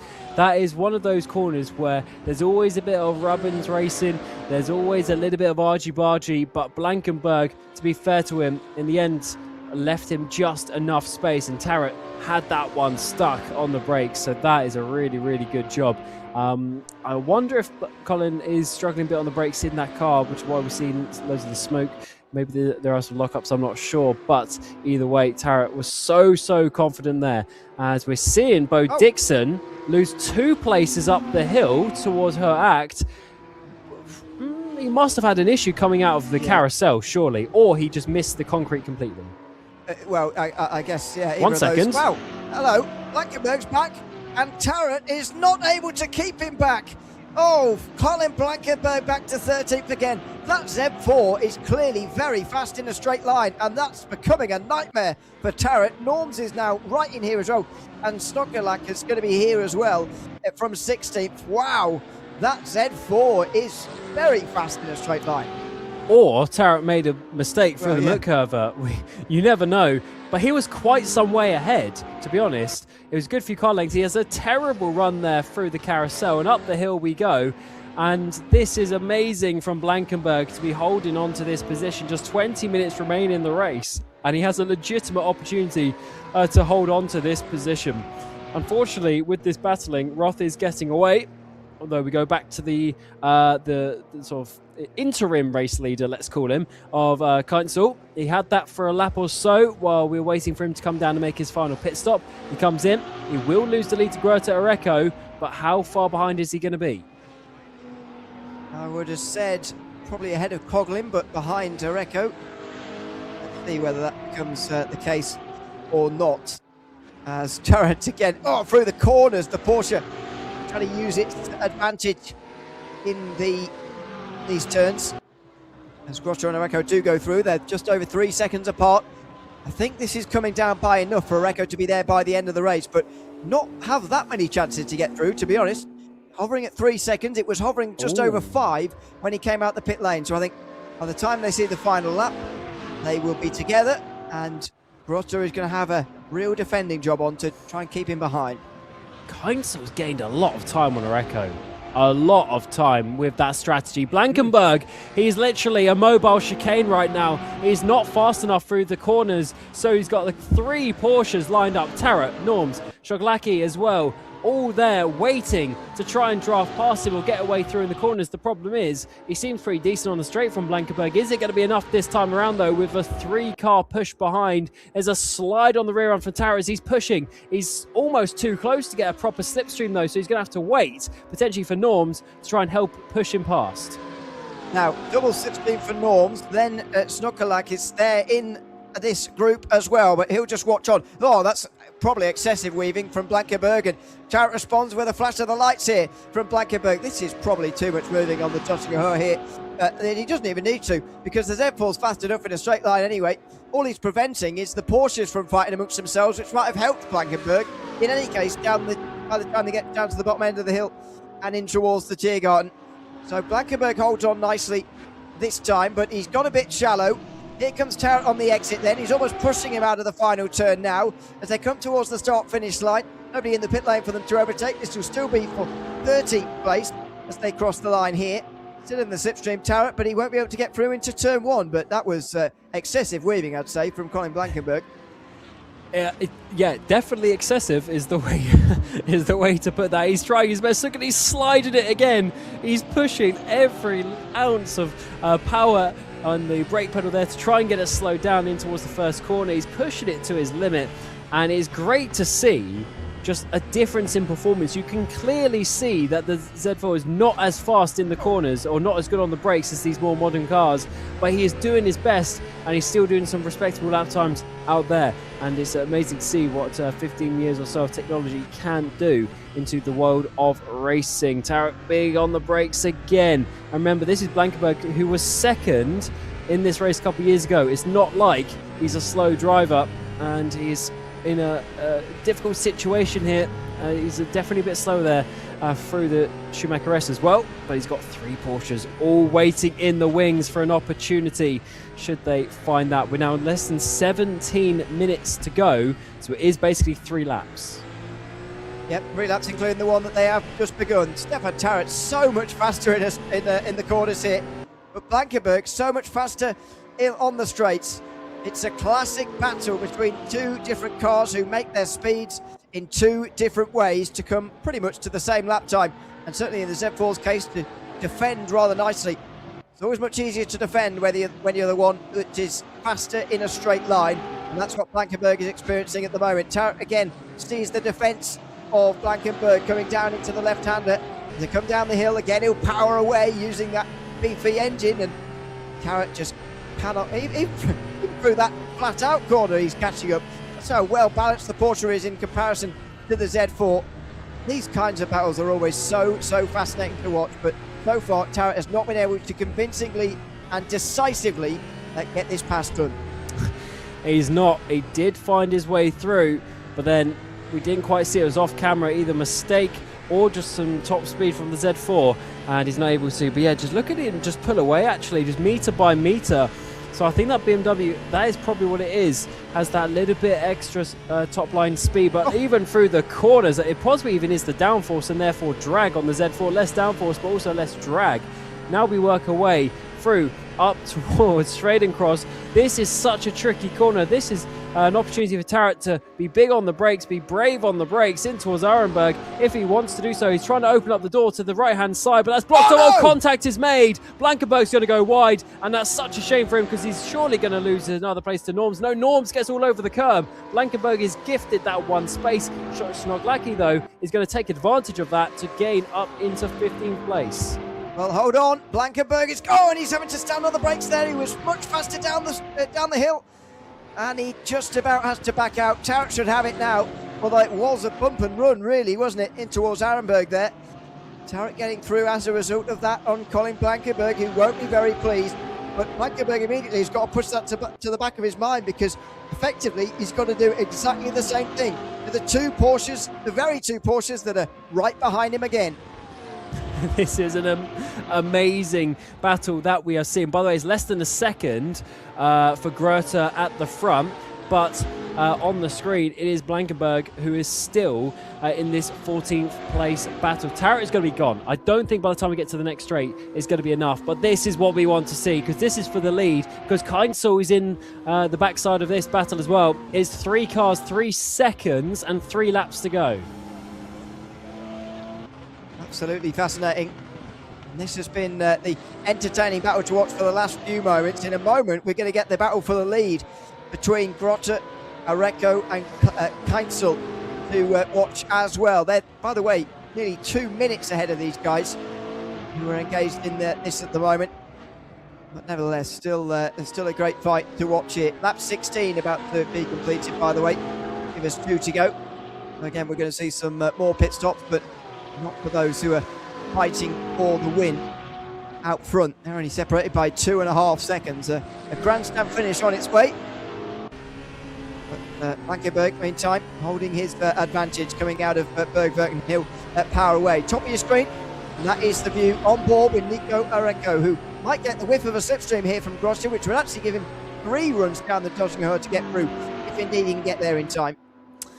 And because of the nature of this track and where the overtaking opportunities are on the finish line, you can literally have a battle up until the final corner and potentially overtake on the final lap in towards Tiergarten. So there is a couple of opportunities here for Areco to get through. I don't think Grotte, Grotte factually is not at full speed, having to save fuel to the end. So I don't think it's going to be so difficult for Areco within the space of a couple laps. It just depends, can Grotte put his car in the right place and go flat out where he needs to try and hold on? The problem for him is that Keinzel will then eventually catch up and give a double slipstream. So it is going to be a tough one for Grotte to hold on to, but let's see what he can do. He's pretty much guaranteed a podium either way. Ike Berger, by the way, is still in this 4th position as it stands.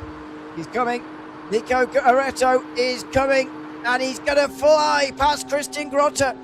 Grotte can't use his full speed at the moment. He's persevered with this one-stop strategy. He's done wonderfully, but he can't hold back the Porsche. The BMW not fast enough in a straight line to do that anyway, even if all things were equal. Nico Areco had to do that time round because Clemens Keinzel was catching right up very quickly, and so the Dane had to get through. Christian Grotte can't hold him back, and unless he can do something very, very special with the BMW from here on to the finish, these next 2 laps are going to be about Areco pulling out a margin to see him home. Keinzel has got to do this as quickly as possible, get past the Norwegian as quickly as possible if he wants to have any chance. And yes, Grotte may not end up winning this race, but he's still miles ahead of the likes of Latkowski, Dunder, Alex, who were his battle on the track prior to that first pit stop. So it's still a net gain from where he was. Even Mackenberg, by the way, 7th position is ahead of Latkowski, Dunder and Alex. So the one stop is probably the way to go for this race, but it's of course difficult, and that is why not everyone is doing it. Ike Berger here, I said he was in that 4th place. We're waiting for his final pit stop, 2 laps to the end for him. Yeah, indeed. So 10 minutes to go, and the drama keeps coming to the very end. Weiser drops down, Eisberger as well, with those stops, and those should be the last ones now. Marvin Mackenberg, by the way, the other one to have one stopped, is up to 5th. So, to be fair, when you look at it like that, the one stop has been beneficial for them because it's probably better than they would have done. However, it's not going to be race-winning strategies for them today. Grotte has to let Keinzel through now as well. It's a fight between the 2 Porsches. I don't think Clemens Keinzel is out of this yet, but the one-stoppers certainly are, and that's a shame after such a great effort from them. My worry is, did Keinzel do something like not take tyres for him to gain so much time? Because the gap was a good, I swear it was like 15 seconds, unless I'm remembering wrong. It was a good chunk of time that Areco had in the end before we made these final stops, and suddenly he is here. Is there another twist in the tail though? Areco, we've spoken about since that amazing qualifying lap where he went 1.3 seconds quicker, and he was able to take that away from Keinzel. is that going to be a twist in the tail where we thought Areco was going to win all the way through? He's basically led the race from start to finish. What is it going to be in the final 10 minutes? I think the difference that you're talking about, the gap expanding and then coming back again that you're talking about, came down to maybe a difference in fuel load, because they haven't stopped on the same laps each time here, these guys. I seem to remember Kainzo being much further down, as you say earlier, and that must mean he maybe took a bit more fuel on that occasion. Now that he's back equal again, he's even on speed with the Areco again, but he's also really closed in through the pit stop phase. So maybe you're right that there's some tyre things going on here, but I think it could also be explained by different fuel loads. And again, such the fascination of this round of the special event calendar, as it were. In fact, it's an 18-lap race with 8 laps on a tank normally, but possible to do 9. Kainzo gets it a little bit wrong there at Adnau Forst, costing him a little bit of time. Normally 8 laps, could be 9, but the fact that it is 8 lap means that you've got a massive pit window to play with if you're going for a two stop, and so you can have battles like this that really string out and come right back together then for the end. I love the 2.4 hour format, to be honest. If it was just a standard 2-hour race and we'd been packed up and gone home about 15 odd minutes ago, it wouldn't have been a better event.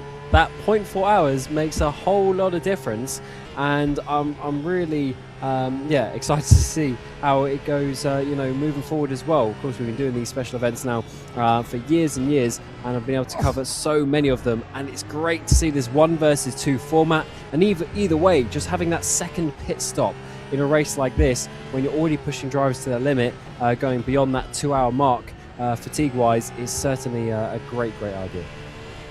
Yeah, I know that we've spoken about this. I know you've spoken to this a lot of people about the idea of having endurance races that are not dead on 2 hours, dead on 3 hours, 4, 5, 6, whatever the amount of hours it is, but having a strange number of minutes in there, because we're so used to going to the top of the hour, and especially in GT3, where generally you do 1 hour stints every time, or in any GT car, to us, you do 1 hour stints each time around. It makes it very uniform. It makes it so that everybody knows what they're going to do. But as you say, this completely opens things out. The fact that it is 2.4 hours adds so much. It's not the extra 24 minutes that we get compared to a 2-hour race. It's the additions in terms of strategies that we get that's so fascinating.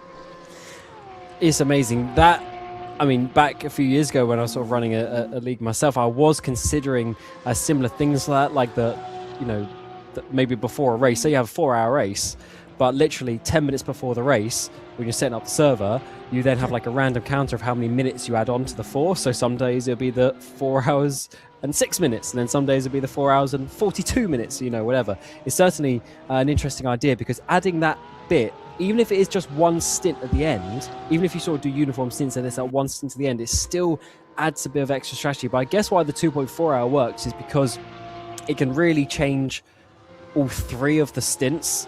It's not too long either, but therefore you can have 3 completely different stints. It's such a great format. Also, only one driver can do it, which is also really good. So in general, it is just a great format, and I love the fact that we come to it every year. Of course, there's so many, Dubai, Spa, etc., that we do over the course of the year. Yeah, it is fantastic, the amount that we get to do. As you say, if it was a 4.4, for example, there would be some stints in the middle that would all be the same for everybody, but it's a great point, each of the 3 stints are changed by this because of the fact it's a 2.4, and as you say, the perfect distance for a single driver as well. Perhaps the upper limit, really, of what you'd expect a single driver to do in one of these races. It's certainly a long stint, a long outing. You normally see double stints in terms of drivers in these races, especially at the Nürburgring, really, of 2 hours or so, but it's pushing on a little bit further than that, and makes it perfect for as a distance for just a 1 driver event. What a great race it's been. What a great showcase of the RaceRoom special events this has been. And of course, plenty more still to come throughout 2026. But for now, it's about Nico Areco versus Clemens Kainzo. These guys separated by roughly a second. It keeps toing and froing between being over or under a second. Kainzel will get the whiff of a slipstream here, but this is the penultimate lap. This is the point that in 8 minutes' time, he needs to be twice as close as what he is now, really. 8.5 attempts isn't close enough, as if this were the final lap of the race. He's too far away, but he is getting the little bits of slipstream at the moment that are just helping him along towards the driver in front. It comes down again and again. You see the bottom of your screen there, just coming down slowly. But by this time next lap, he's got to be twice as close for this run to the end that could be oh so dramatic for this race. I mean, even from that distance slipstream, he's gaining, it's going to be almost 3/10, 2.25, maybe by the end of the straight. He's completely in this. It is his choice, to be honest, and is his option if he wants to win this, because he's going to be able to have that final tail, twist of the tail of the slipstream down in towards Tiergarten. So this is going to be an exciting final lap. 3.5 minutes to go with an 8-minute lap or so. Definitely the final lap time. Areco has led from start to finish. He had the pole position, but it's now less than half a second with 25 Ks to go. Wow, what a finish this is going to be. Clemens Kainzel trying to pass Nico Areco, who was third last year. Kainzel nowhere to be seen. He wasn't in the top split. He wasn't with us here at this time slot of the RaceRoom Nürburgring 2.4 hours. He's looking to come in and take it by storm in 2026. Eisberger and Latkowski have found themselves close for 6th position, by the way, a little bit further down. They're actually coming down the Döttinger Höhe at the moment. These guys have already seen the white flag, and that straight there, those two straights really bring them to the end, and just giving Kainzel the slipstream enough to pull him in close enough. Now, the challenge for the rest of this lap, staying close enough to Nico Areco to have this battle for the finish, battle for the win, right into the final few turns. He's going to be so focused, isn't he, Clemens Kainzel? He's going to be looking at the back of this Porsche ahead of him, of Areco, the whole 20-odd Ks around the Nordschleife. He's going to be so focused on every braking zone, every input into his steering wheel, because he knows a single mistake is going to end this. He gained some good time there, coming through to the end of the GP loop as well. And the pressure is on Areco.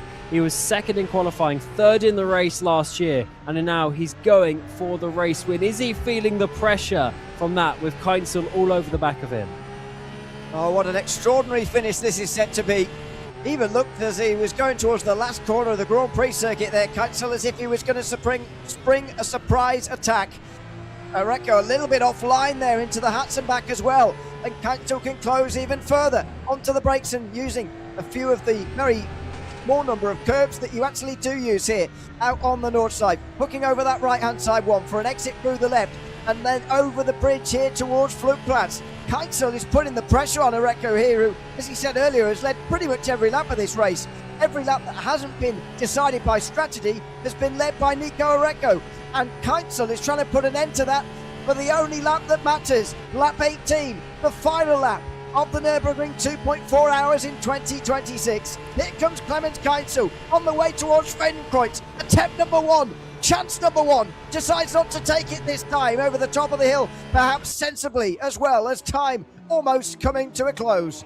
And if you're in his position, I mean, do you go for it early on in the lap, or do you wait for one opportunity down in towards Tiergarten? I mean, the pressure's on him as well, but does he have the presence of mind to wait for the best overtaking opportunity? The problem is one and done, or one and none potentially, if he can't get it on the brakes there through Tiergarten, underneath the Bilstein Bridge. That's the important bit. Wide there goes Areco. He's certainly feeling the pressure. He doesn't have the car underneath him like he did in the opening 2.2 hours of this race, and in the final few moments, the final couple of laps, I think is all advantage Kainzel. He just needs to find a way through. He had a small chance into Metzgersfeld there, but he decides not to go for it, and perhaps sensibly as well. Sun is setting here at the Nordschleife, shadows are long, race coming to a close. Time, in fact, actually has now elapsed. We've had 2.4 hours. we've got the extra moments as these guys have to make their way to the start-finish line. Of course, at the end of this final lap, bit of a slide through, miss from Keitzel that time, and Oreco extends his gap by just a few tenths of a second down into Verstappen. The next overtaking chance, the recognised overtaking chance, is coming up next. It's the long run through Kesselchen up to the Muck curve on this final lap. Does Keitzel do anything here, or does he elect not to attempt to move until the very end? Big save by Keitzel. That rear end was gone. The rear engine, of course, just pulling that car around when you get a little bit out of shape, and now he's over half a second, so he needs to try and regain that with some slipstream down on the exit of Bergwerk here. This is an important moment, and this basically means he's only going to have one shot at Döttinger Höhe if he can stay close enough, because he's not going to be close enough into towards the Muck curve this time. You can't really realistically overtake on the corners after that until the Döttinger Höhe, so this is his time where he needs to close up. He is close enough to get the slipstream. He's lucky that he didn't drop out of that, but now it is going to be one final opportunity for him. But look at the slipstream. It is a big number around this track, especially here as we're coming up the hill in towards Muck curve. Bergwerk wasn't a great run through there from Nico Oreco, to be honest, and so that's allowed Keitzel to really benefit from the slipstream and get right back to where he needed to be. 8.5 tenths was the gap last lap from Keitzel, and we saw how little that was in terms of giving him slipstream. We saw how far away he still was into the Tiergarten on the last lap. He needs to be way, way, way closer than that. I mentioned he needs to be twice as close. We'll put it at 4 tenths, and Oreco slightly higher than he needed to be there through the carousel, but the pressure on both of these guys at the moment is immense. Here's the final section you were talking about there, where overtaking is oh so difficult, and that's absolutely the case here. So don't expect to see any of that, but it's crucial in as far as Keitzel staying close enough is concerned, and as far as Oreco's chance to break away. And just a quick little mention on the one-stoppers. Gröter is third, Mackenberg is fifth. That definitely was the best strategy today. It may not be the one that wins the race, though, with these drivers fighting so hard, but at least a good shout out from the two BMWs there who have tried and looks like are going to make that. Lekovsky, the winner from last year, is a minute off the lead as it stands, with Eichberg on a completely different strategy up into 7th place as well. So strategy, the big talk of the town here in this 2.4 hours, but now it is down to not strategy, but a simple overtaking maneuver that needs to be done if Keitzel is going to be winning this race. He is a couple of tenths back from where he needs to be, but he has about a couple of kilometers until the Kleine Carousel. That's a great exit out of the left-hander there on the run down towards Flansgarten. He's within 4 tenths again. Through Flansgarten, the double right-hander. This is high-speed stuff from here, and he's just a little bit offline. He slides, and he's over half a second back now, over the top of the hill, and Oreco might well just have stolen the marks that he needs. Oh, he makes a mistake himself. A flat-out right-hander, and he goes off himself. What a strange error. Nico Oreco will have done that corner without thinking all race, but now the pressure's on at the very end. Suddenly it's all crumbling for these two. They're both making errors. They're both making mistakes. One of them's going to win, though. One of them is going to survive this onslaught of pressure. It's still 6 tenths of a second. It might not be close enough for Clemens Keitzel here. He's got to have a brilliant run through Galvenkopf. Through they go, the right-hander. It's a good run for Nico Oreco, to be honest. And here comes Clemens Keitzel now in the slipstream. Is the slipstream going to do enough? I'm sure he's too far away at this stage. Oreco is going to hold on, I'm sure. Just over half a second, it's his gap. But Keitzel's coming. He's in the slipstream. He's getting closer. Less than 4 tenths of a second now. It might not be enough for Nico Oreco. The slipstream effect multiplying as he gets closer and closer. And the battle for the win's going to be on here. He goes to the left-hand side, Keitzel. Oreco can't do anything to stop him. And he can't stay ahead. Keitzel gets into the lead in the final meters. He's not led all day. Nico Oreco has dominated this race, but he's not going to win it. Clemens Keitzel is going to steal the Nürburgring 2.4 hours on the very last lap. Even the margin that Oreco had coming onto the Döttinger there of 6 tenths wasn't enough. Clemens Keitzel steals the win by less than a quarter of a second, and he wins the 2026 Nürburgring 2.4 hours. What a finish there between these two drivers. Greta as well, by the way, on a one-stop strategy, just 5 seconds behind, is going to be getting third position. Coughlin will be so disappointed that he couldn't keep up with his two Porsche friends at the front there. He'll be getting fourth, though, solid result. And then it'll be Mackenberg in fifth place, who will be doing also a one-stop and easily in fifth place as well, 20 seconds ahead of Latkovsky, your winner from last year. But Keinzel, what a finish that was. I thought the mistake that he made through the Stefan Bellafes was going to kill him, but to be honest, it was actually what helped him, because he was so far back. The slingshot that he had was immense, and there was no way that Areco was going to stop him, because the overspeed was 5-10 Ks at that point, and to be honest, the mistake actually helped him. Well, yeah, because actually as he came back again, Areco couldn't get back past, so Keinzel timed the move very, very well, as you say, up over the top of the hill there at the Bilstein Bridge. He couldn't come back again, couldn't get back past again. So a remarkable finish. I thought Areco had it, to be honest, at 6.5 tenths, but it shows, doesn't it, how the slipstream effect multiplies itself as well, because previous lap, 8.5 tenths, Keinzel wouldn't have been anywhere near. We saw that on the previous lap. Areco that time, though, just 2 tenths closer, and he was more than close enough to get through. In fact, Areco couldn't even stop him. So what a remarkable finish. There's your top three. Clemens Keinzel steals the win at the very end ahead of Nico Areco, who's on the podium for the second year in a row. And Christian Grotte gets to the podium this year with a one-stop strategy, doing better this year than the one-stoppers did last year, by the way. But what a finish. That's a finish for the ages, that is. That was amazing for Areco. He's going to be gutted. He led pole position. He led 2.39 hours of that, but unfortunately not enough. He was a few hundred meters short. I mean, what's that? About half a kilometer short in the end. And to be honest, Ewan, that was one of the best finishes to a 2.4 hour special event that we've had. Amazing finish, amazing. I mean, we could talk about it all day, to be honest, because, you know, there's so many factors in it as well. We talked about the strategy throughout the whole of the day, but actually, if you rewind about 2 hours previous to now, you think about the fights that we were having, and Ferdinand Coughlin was there as well, and you just wonder whether his middle portion of the race could have been better, and he could have been in there as well with Clemens Keinzel catching up to Areco. But, I mean, you look at it earlier on, Nico Areco looked like he was dominating that race. We look back to qualifying, he was more than a second ahead of the rest of the field, and in the end, he comes up short by just a few tenths. I'm not sure Keinzel led a single lap of that race, strategy or not. Certainly on strategy, on legitimate strategy orders, Nico Areco was never not leading that race. And suddenly at the very end, he was passed. And that's got to be difficult for him to take. But nothing he could have really done about it on that last lap, which I say was a strange last lap, because he made that mistake through the Stefan Bellafes, which was a little bit unusual, but I'm not sure that actually mattered in the end, really. Yeah, I think Areco was feeling the pressure there in the final lap or two. He made a few mistakes. He allowed Keinzel to be able to basically catch up. So I think if he wasn't feeling the pressure, he probably would have been able to hold on, but that's racing. And he went third last year, second this year. So next year, maybe he'll finally get the podium.